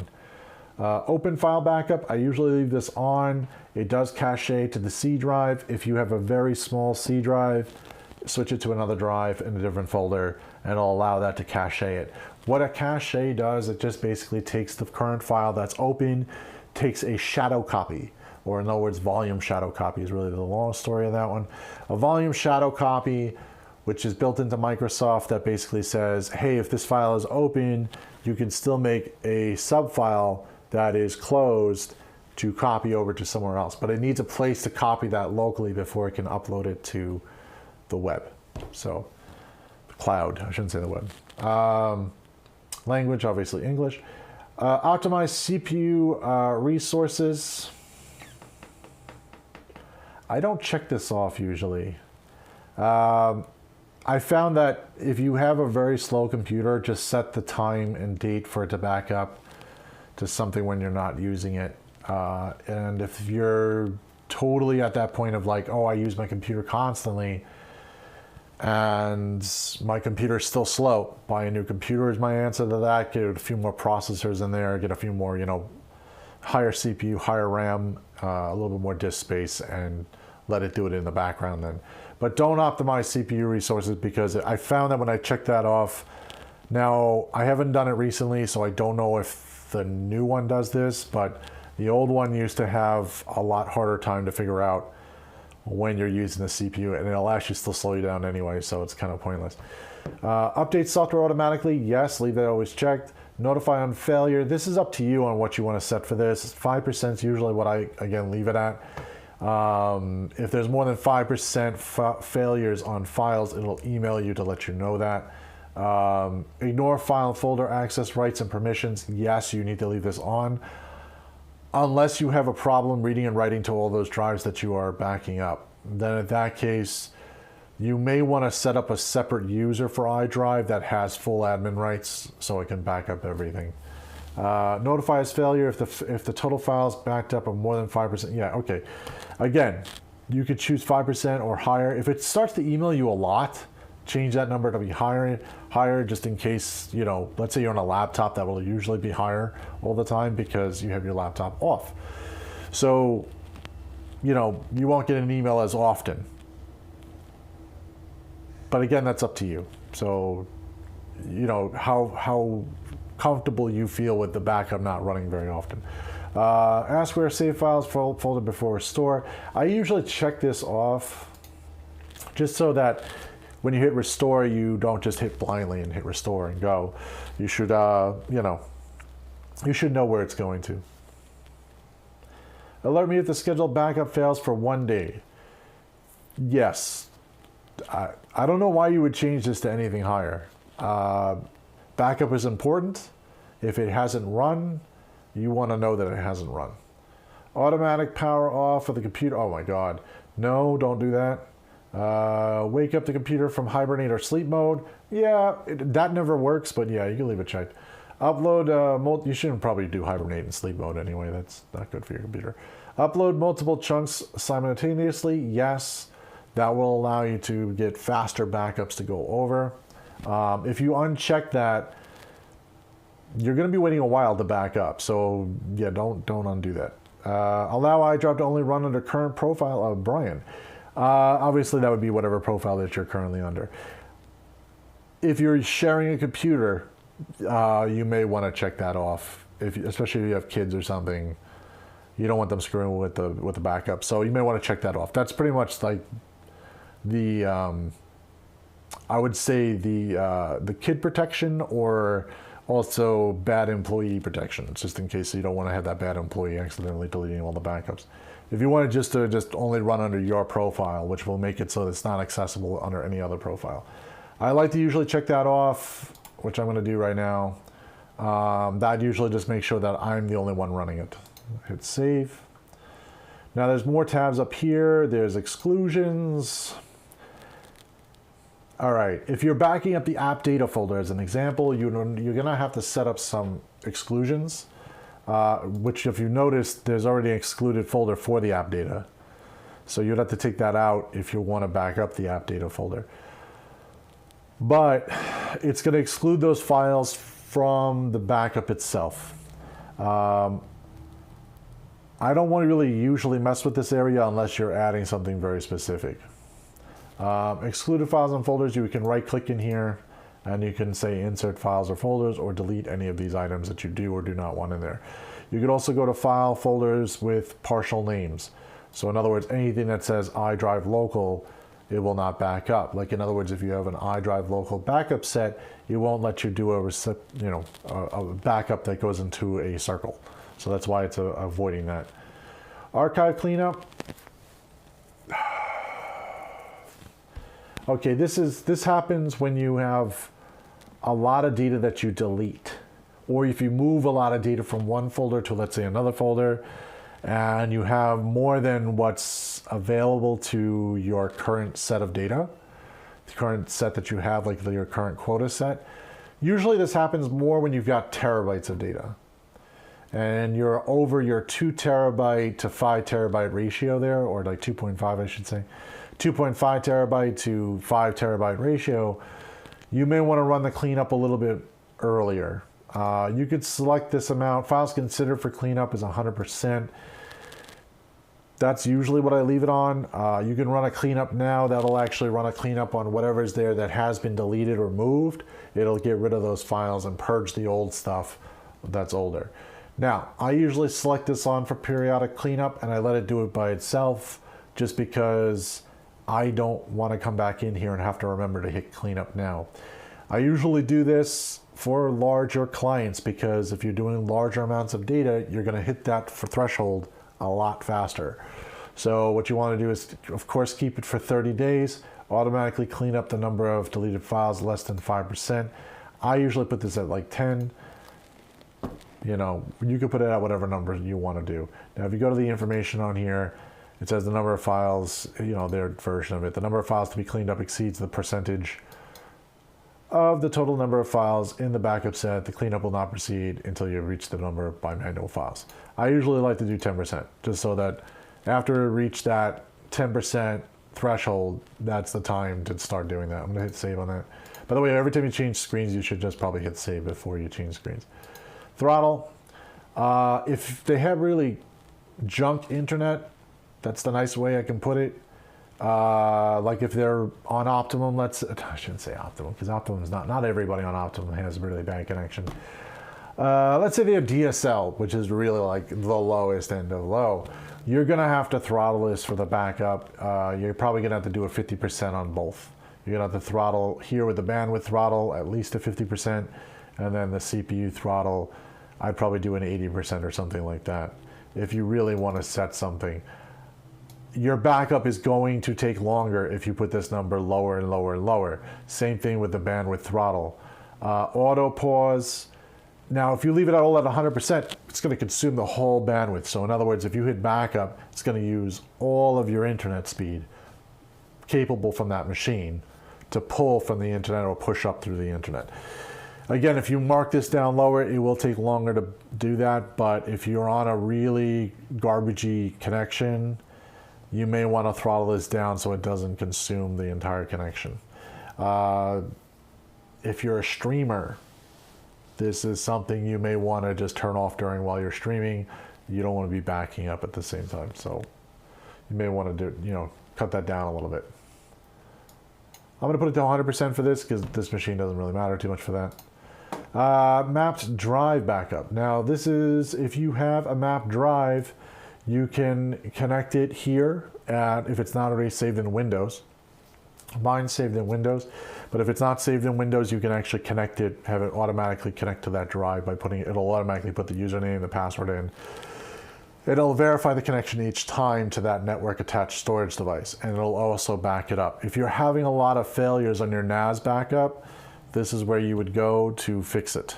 You would go into the map drive section and you would make these changes. You would put in the proper share path, you'll put the proper, username and password. You turn on authentication on, of course, if you have authentication.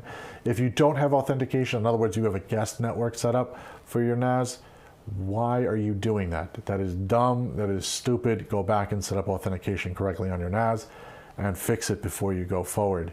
That's a whole nother story and a whole nother topic, but if you're using guest, you shouldn't be.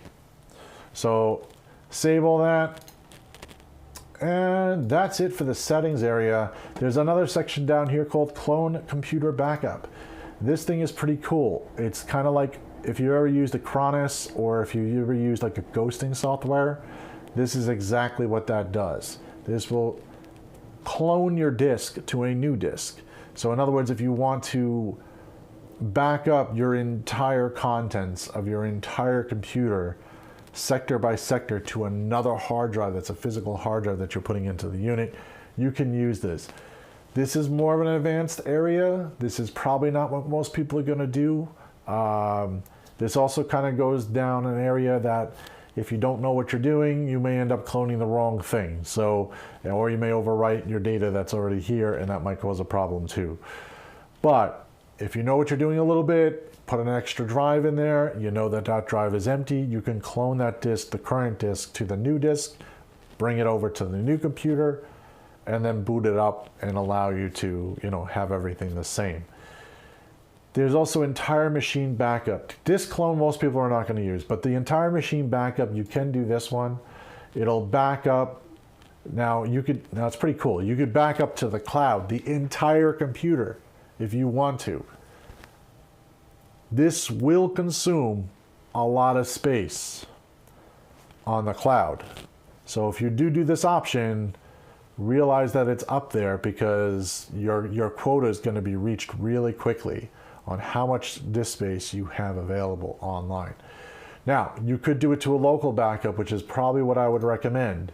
You could select encrypted local backup, and you could just choose a D drive or an E drive or whatever you have it connected to, and that will back up your entire computer to that specific backup folder. I don't know if it'll do a NAS. I don't think it's going to do a NAS. It may. Let's wait for it and see if it pops up. It might do it. I think we've done a backup to a NAS before. It was just really slow, so I wouldn't probably do this.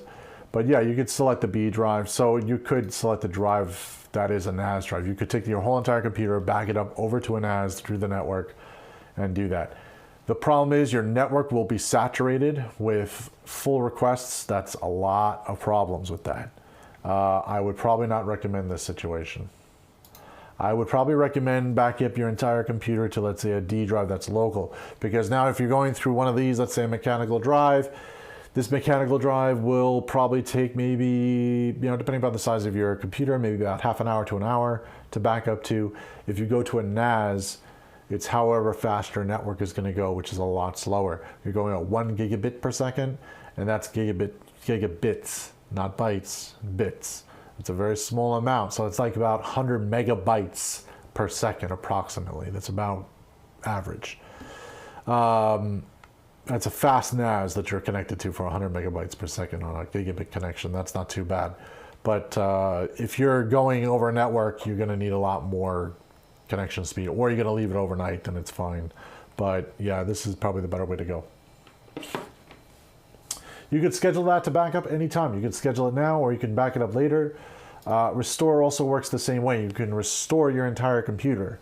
So in other words, you could plug back in your machine, you plug back in your external hard drive. This is not going to show anything because I don't have any backups right now, but when you hit restore, it will look through your D drive, your E drive, whatever drives you have connected, and it'll ask you where you want to do for a backup and a restore.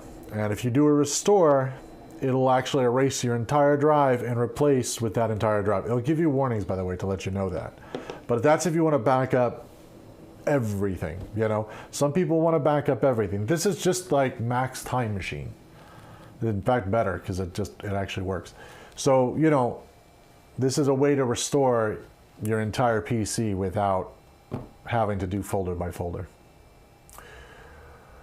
All right, that's basically all of iDrive. Now, there's Windows Backup also. So if you want the free option, you could do Windows Backup. Windows Backup is free with Microsoft. If I hit the right keyboard. Come on. Windows Backup. Okay. Bring this over. Yeah, let me go. There we go. Okay.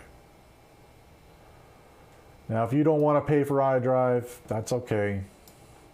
You can use Windows Backup. How do I put this nicely? It is cheaper for a reason. There are no logs. It barely informs you when there's a backup that's supposed to be running. It's also very manual. So you have to go in here and hit backup every time you want to back up. This is under the settings. So if you go to home and then you go to setting, I think it's home, and then you go to, I think it's a Windows Update, which is weird, and then go to backup. You can actually add a backup in here and back up your current computer. Now, it will give you some warning on your computer when you haven't backed up in a while. The notification gets missed all the time. So I wouldn't go this route, but you can add a drive, that you want to back up. It'll give you options. I don't think does it do NAS? It does do NAS. No, it doesn't do NAS because it actually will only allow you to back up the C drive. Back up your files to another drive. Okay, so it's asking you where to back them up to. Let me see about the options, because maybe they made advanced options. Oh God, no, it's worse. Yeah, it's pretty much your main drive, that's it.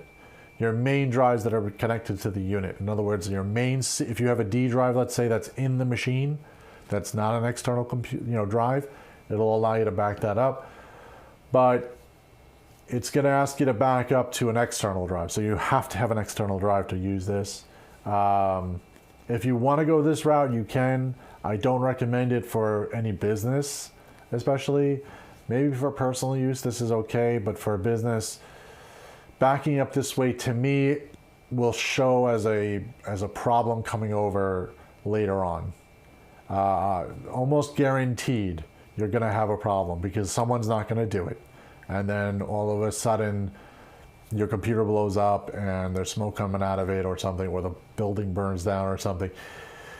It's a catastrophe, and then something happens, and then now you don't have access to your backup or files. So this is not my recommended solution. I would recommend go with iDrive if you can afford the $100 a year, which I can imagine you could. For the little bit of cost there, it's not that big of a deal. And it gives you plenty of space. Again, you can do this way if you want to. I don't recommend it. You could also set a schedule for backing up here. When you go through this, it'll actually guide you through each step pretty easily, and you can set a date and time for it to back up. I don't want to set this because it's a pain in the butt to also remove. So if you want to remove a schedule, it's not that easy. You can't just go in here and delete stuff. It just doesn't work. So it requires you to go through like a whole bunch of like remove of the disk kind of thing. Yeah, so that's the PC side of backup. Let me just check my notes if I'm missing anything about iDrive. And no, Windows backup, iDrive. That's really the two I'm going to go over. There are a lot of other backup programs out there. If you guys have other backup programs that you're interested in and you want me to look at them and say, hey, is this a good or a bad solution? And maybe I missed it and I thought maybe it's a good solution, you know, put it in the comments below, or put it in chat if you know anything right now. But if you don't and you're watching this back on, you know, future time, you can basically, you know, throw that in a comment. I do read the comments, so, or you can throw me a thing on Twitter too. I sometimes answer those. So either one, and I'll be glad to take a look at that program going forward. But I have researched a lot of programs, so don't be shocked if I tell you like, no, that program's junk. And here's why. Because I have tested a lot of programs. I have tested Backblaze. I have tested CrashPlan. I have tested a lot of the big ones. What's the other one I just mentioned 2 seconds ago? Carbonite. You know, these programs, a lot of them just don't stack up. Especially coming from price and features and availability, a lot of them just don't match iDrive, in my opinion. Now again, I have no problem with you guys submitting comments over to me, and I appreciate them, and I will definitely give them a test all the way throughout. I don't want to say I'm not going to do that. So let's go to the Mac, and let's do the Mac backup really quickly. It's kind of the same on the Mac. It's just a little different because it's Mac. And you know, Apple's going to be special. So, you know, we're going to go to that. Let me just, where am I? No, I'm not there. Let me turn on the Mac. Oh, finally woke up. All right, so for that one on, let me just log in. By the way, this is on a Mac Mini. I don't know if you guys have seen a Mac. You know, you guys could look at a Mac Mini. I mean, if you want to look at a Mac Mini online, I guess, if you're really that interested. This is an older Mac Mini. I mean, like, this is from 2011. So this is ancient, but it still works. So let's go over to the screen so I can see what I'm doing. Normally what you do is you just log in. Same thing. Let me get the password. So test email, you put your stuff in. Nothing new here. Sign in. And when you sign in, now it's going to probably ask me, do you want to add this as a new device?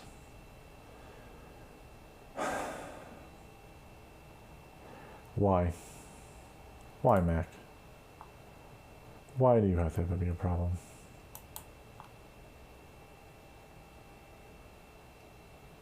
Firewall privileges. Did it fall asleep?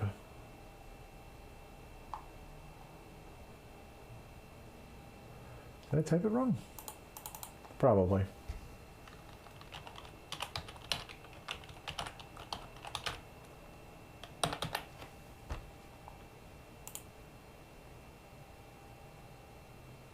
Oh, there we go. Okay, so I fat-fingered the stupid friggin' password. All right, so anyway, here we go. So this is what happens when you add a secondary device. It'll ask you saying, do you want to add this computer as a device or replace it with an existing computer? And in this case, I'm going to add it as a new computer because obviously this is a whole different computer, right? If you're using obviously the same computer to replace the existing device so that you would have that backup set attached to that device. We're going to say new device. So this is Brian's Mac Mini, perfectly labeled. Now, here's the trick. First of all, this machine is slow, so be patient. What it's going to do is it's going to find all your personal folders. So you have your desktop, your documents, your library mail, your music, your pictures. I never opened up mail on this program, so I don't know how it's figuring out that I need to back up mail, but I guess maybe Mac makes that folder directly, who knows. A lot of Mac users probably don't know anything about a file system because the way they store stuff on here, it's very tricky. It's more like Linux where it takes a lot of the guesswork out for you for where you're storing stuff. So, you know, happens to all of us on Sign It. Yeah, and the passwords have gotten longer, so it's even worse. I think the minimum we do now is 12 characters. And I say 12 characters, mean 12 characters, letters, numbers, and symbols. Yeah. Welcome to my hell. Anyway, so file folders that it's going to back up, basically, you need to know how your file structure works on Mac to choose more folders. I don't know if this is really that friendly, unfortunately. Okay, it's, you know what, it's, I give it credit they actually did change this. The original one was really bad on Mac, but at least now they kind of tell you like your default folders, what to back up, what's in the folders and stuff like that. And you can just check off which ones you want. You can also just check off all of your Mac OS drive if you want to just check that off. That's this entire thing. If you're just not concerned, you just want everything. Let me hit cancel on that. Now, oh, we didn't install this. Let me check that. Am I using it? Oh, I thought I included, whatever. It doesn't matter. So you can back up what you want. You could schedule it from here. It's a little bit different than the PC one. You're missing one for cloning. There's no clone option here. If you want to clone your drive for Mac, use Time Machine then. Even as much as I don't like Time Machine a lot, it does do a good job at backing up the entire machine if you need to back up the entire thing. But it also wastes a lot of space to back that up. There is no like change sets, it's just the whole thing. Unless the new version's better, but I've used this old version and it's kind of crappy, in my opinion. So, backup, you could, again, this is kind of like the PC. You could back up all your files to iDrive on the cloud, or you could also back up to a local drive. I do not have a local drive connected, so I'm going to connect one just to show you an example. You know what, let me grab that other crap drive. I don't want to connect that. Hopefully it doesn't break anything. Okay. So I'm just taking my drive, going to connect it to the Mac Mini. Now this is a PC formatted drive, so we're going to see how well this works. By the way, if you have a Mac and you have a PC, let's say at your house, and you want to use iDrive to back up, etc., buy 2 disks. Don't mix the disks together. You'll get stuff like this where it just shows up on the screen where it says, do you want to use the crap drive to back up an entire Time Machine? If you say that, it's going to use that as the full disk. I'm not going to use this right now. I'm going to come back to this in a few minutes. So let me hit this side later. So what pops up is the crap drive, literally labeled crap. It has my iDrive backup. Now, I'm going to see if I can actually back up to that with no problem. Now see, it says, oh, file folders, local backup location says Mac OS, which is, by the way, their main drive. They don't have a C drive, it's labeled something totally wackadoo. So select that, and then what you want to do is you want to select crap and say okay. Now, let's see if it works. It's probably, it may or may not work because that was a PC drive, but actually, most of the time, PC going over to Mac is okay. Going the opposite way is a little more difficult. So let's hit backup now. Ooh, see? There we go. So it doesn't want to use permission to back up to that drive. So it must be a Mac formatted drive. This is where we're back at this point of like Mac versus PC and having all these problems. If you're on Mac, just use a Mac drive. By the way, I can reformat this to Mac, by the way. Any drive can be reformatted to Mac or PC, either way. It's a little bit of a learning curve for this. Let me turn myself off over here so I can see what I'm doing. If you go to System Preferences, I think it's under Drives. Yeah, no, it's Startup.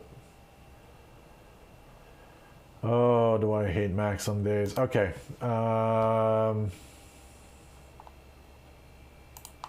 the launch pad and just look for disk utility. There you go. So disk utility. You can take the crap drive. I'm going to just wipe it clean. Let's erase. Erase? Yeah. It's on NTFS. Obviously, if you're going to use this for your Mac, you can't leave it on NTFS. So exFAT, EXFAT, that actually works on PC and Mac, by the way. So if you want something that you're going to use between the two, you would choose exFAT as the format utility. I'm just going to use journals. Sounds good. Just for now, we'll erase that. We'll leave it crap. It's going to unmount. It's not going to do anything correctly because God forbid it would do anything correctly. Invalid arguments. Why are you having a problem?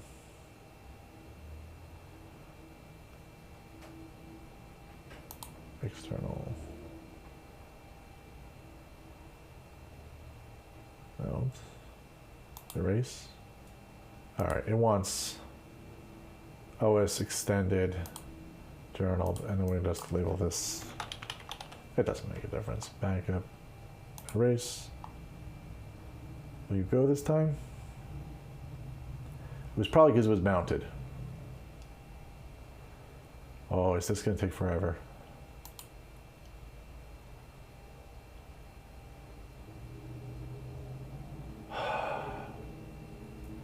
There was no quick format on there, was there? Why do I feel like this is going to take forever to format? By the way, if you're on a Mac, I'm hoping that they fix this utility and there's actually a fast one on the newer version of Mac. This is going to take a minute. Oh, it went through. Okay, mounting. Yay. All right, I'm going to decide this later. Let me just clean this off. All right, so now it's in a Mac format. It's called backup instead of crap. And we're going to just basically take this and say go to backup. Say OK. And now it will probably let it go. Let's hit backup now. Would you like to... Why do you ask twice? All right, whatever. Backup. Let it back up. Should go pretty quick after you get the disk formatted. By the way, this is a slower machine too. I shouldn't give Apple like, oh my God, Apple's the slowest thing ever. No, because we're also on a 2011 machine. I mean, you know, it's 2022. So you do the math, you figure it out. It's not that great of an experience on a slower machine. So, all right, backup still runs the same way. So you hit backup now and it'll tell you that everything's backed up. You can view the log. Again, it's kind of like the same thing like a PC. It has the same screens and all of that. So yeah, that's exactly the same. Restore, yeah, you can do the same thing. You can restore from iDrive or you can restore from a backup. In this case, we have to select backup and then it'll load the backup. Now, if you notice, this does take a little longer, but again, we're on a really slow Mac. So, you know, this is probably USB maybe 2.0 or 3.0. That might be the reason why. It might be 2.0. I think it might be. It might be 2.0, and that's the reason why this is very slow. The newer Macs obviously will have 3.0 and above. It even has USB-C. I think most of the newer Macs also have like Thunderbolts or whatever is still their stupid new thing. Whatever it is. But USB-C is kind of good. I mean, that's, you know, it's both Mac and PC just in case if you got to bring it over.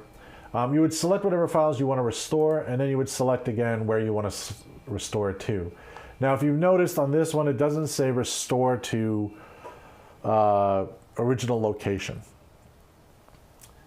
I don't know why it doesn't have this. Maybe it's on the other one. No, it just says restore location. So you got to choose a place to put it, and then you got to move your files back. So this might be a pretty bad situation. Or you could just select the main folder of where everything is going to go. So you could go back to the main folder. Personally speaking, I would probably put it in another folder on the desktop or something. In this case, it's recommending iDrive downloads, which is a possibility. If you leave it in that, though, you're going to have to go to the iDrive downloads folder in Finder and then move everything back from there. I would probably put it on your desktop or another drive, whichever one has more space. and then move everything back into its proper folder where you want it. You could use Finder to do that. That's not that hard. You know, once you get into a folder, you could just bring things around. You know, you can go from wherever the folder is on the desktop to wherever it's going to. Scheduler, this is the same thing as the PC. You would just schedule a date and time for where you want to put it. The defaults on this suck, so do change this. You would say, let's say 3 a.m., let's say. Okay.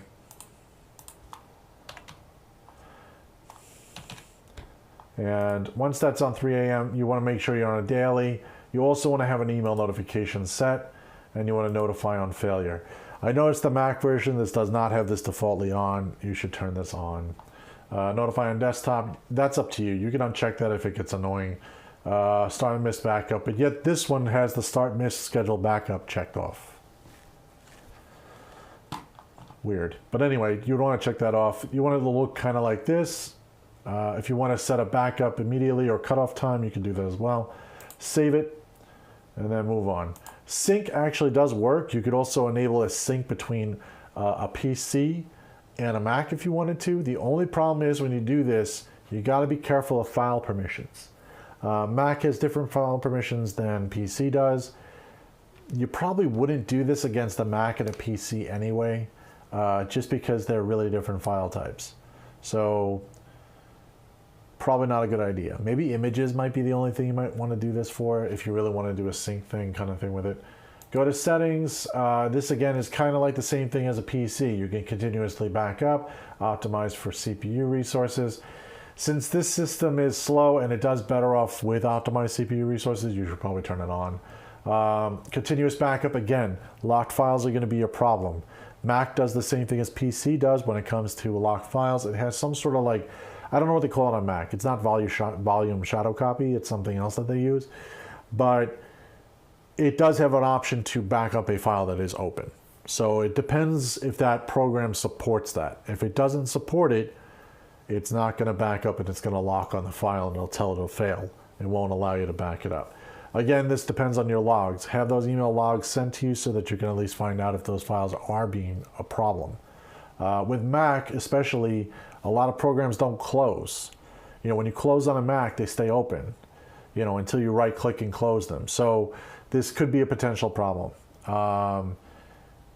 If you're unsure, reboot your computer and just say don't open the windows when you reboot. That way you know that you're at a fresh start, run the backup first, and then, you know, continue on if you're really having a problem. If you want, you could also go down to the bottom of the screen and you'll see these little dots. That means that program is open. You can right click it and choose quit, and then the dot goes away. When that dot goes away, that means it has been finished. Let's see, I didn't even do that here. Okay, so little dots mean that it's open. You know, I have iDrive open right now, but if I close iDrive, is it going to close fully? Oh, it actually closed. Well, that program is written right. But if you notice, Finder's still open. Like if I open up the browser, and then let's say close the browser. Oh, this machine's so slow. All right, let's say I open up the browser and I close the browser. You see the dot is still there. That means that the program is still launched in memory. It's using that memory. So if there's something like a file that's open in there, the backup won't be able to run. So that's the main point. Now if I click this, it'll come back a lot faster because obviously it's in memory. But yeah, if you want to also, if you get stuck on anything, right click, quit, and just close whatever it is that's open.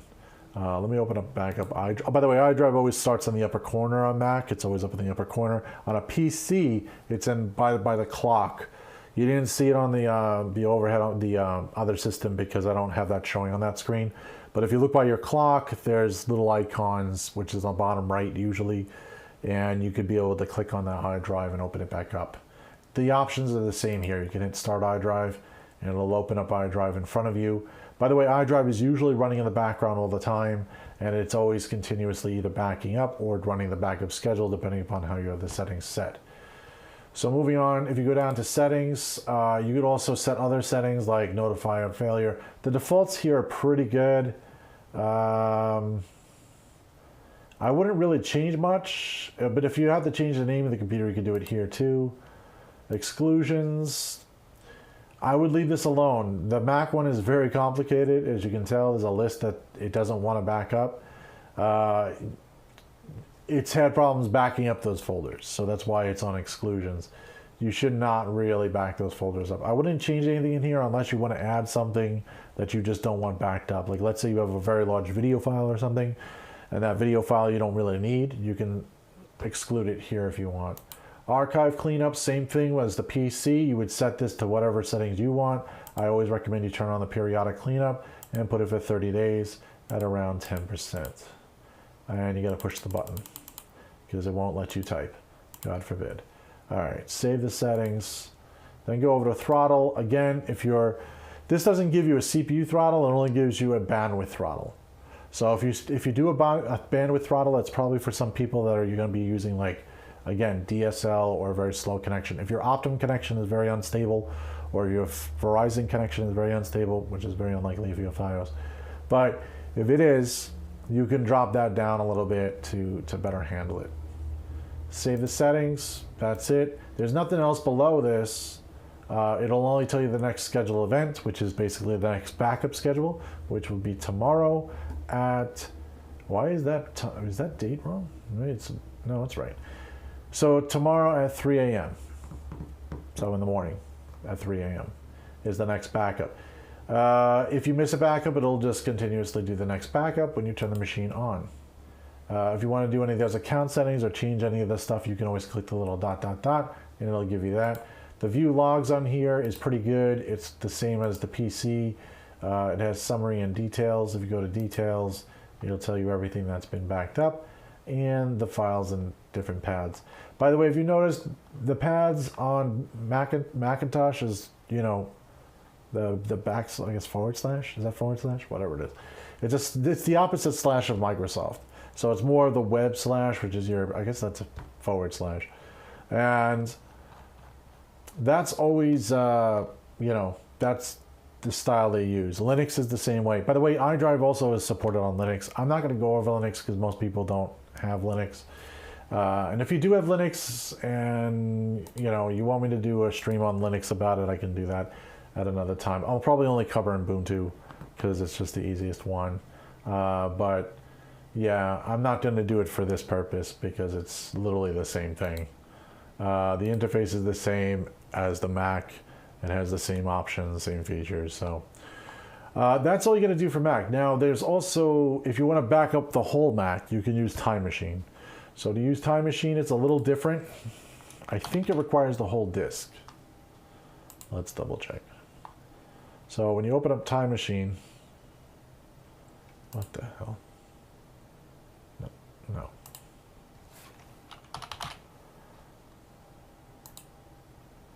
God, I hate this software.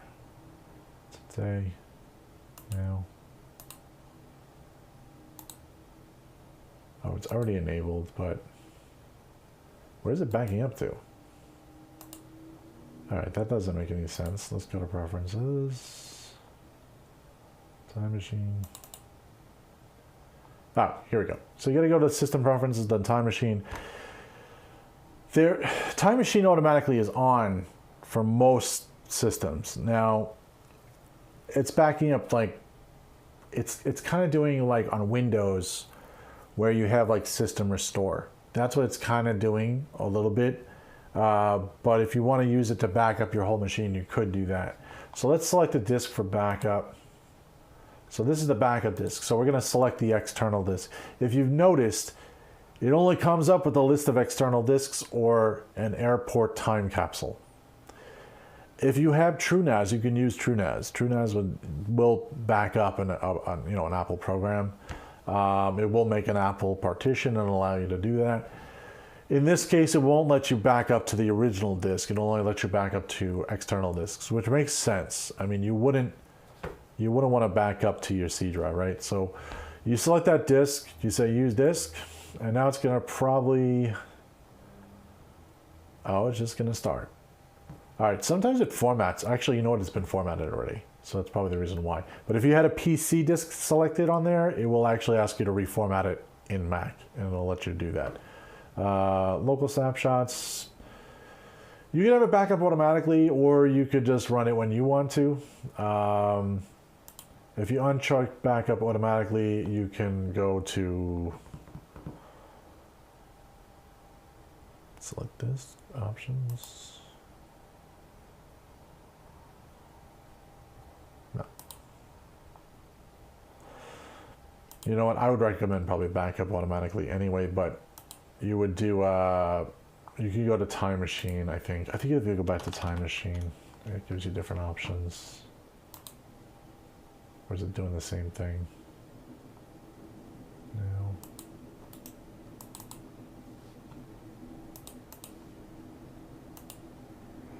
All right. I'm used to the newer one now. See, I got so used to the new one. Oh, there we go. Ah, okay. So you have to hit show Time Machine in menu bar. And it'll allow you to do a backup now. Now it just started by itself. I think we actually had a time set. I don't know why it's doing it by itself, but okay.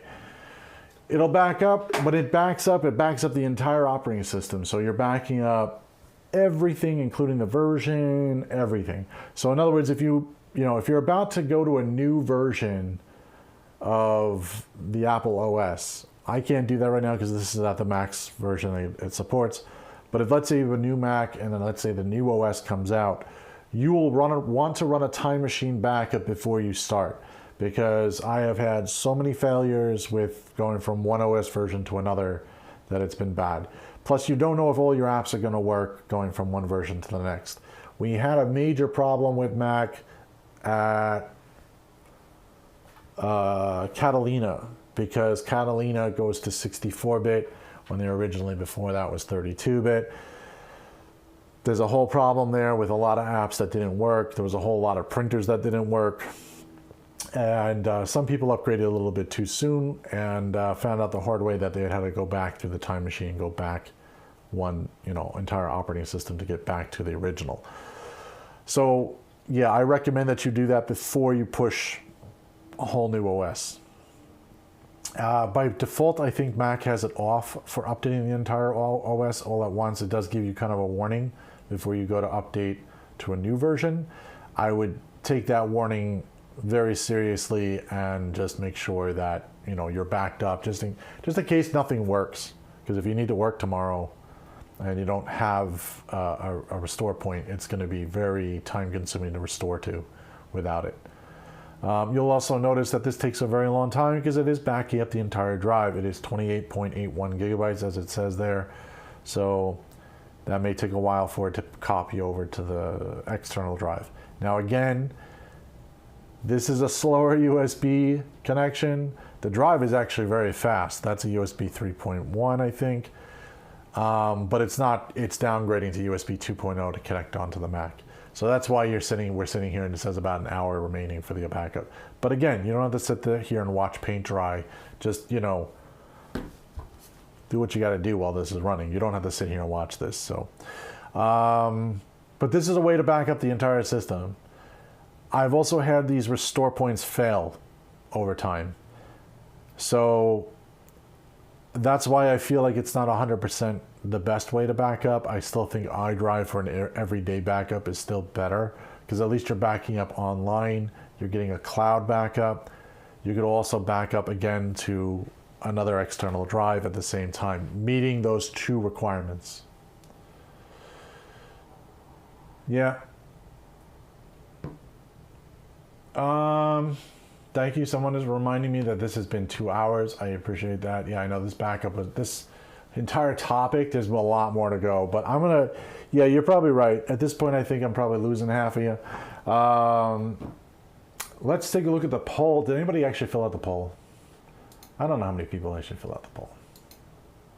Let's see. Everybody has a backup plan and a solution. That is a miracle. But okay, this happens to be our loyal viewers, so not everybody has a backup plan. But yeah, I think we're gonna call this at this point because it's like way long for this backup. If you guys have questions and comments, you know, feel free to fill them out in the comments section below after this video. I will post a lot of links all over the place for iDrive, as well as all the other information about what we went over today. Also some information about Macs, and if you want to like get a proper way of backing that up. I will also put the timestamps on this, so that, you know, a little later today, so you guys will have easy ways to cut through this, because I know not everybody wants to sit here for 2 hours. Yeah, our next stream will be on next Saturday at 3:30 again. Yeah, we're kind of keeping that the original. During the week, I will be sending out another email to let everybody know what that is. We also send it out on social media, so please be sure to join us on Twitter and Facebook and Instagram. That's the 3 that we are currently on.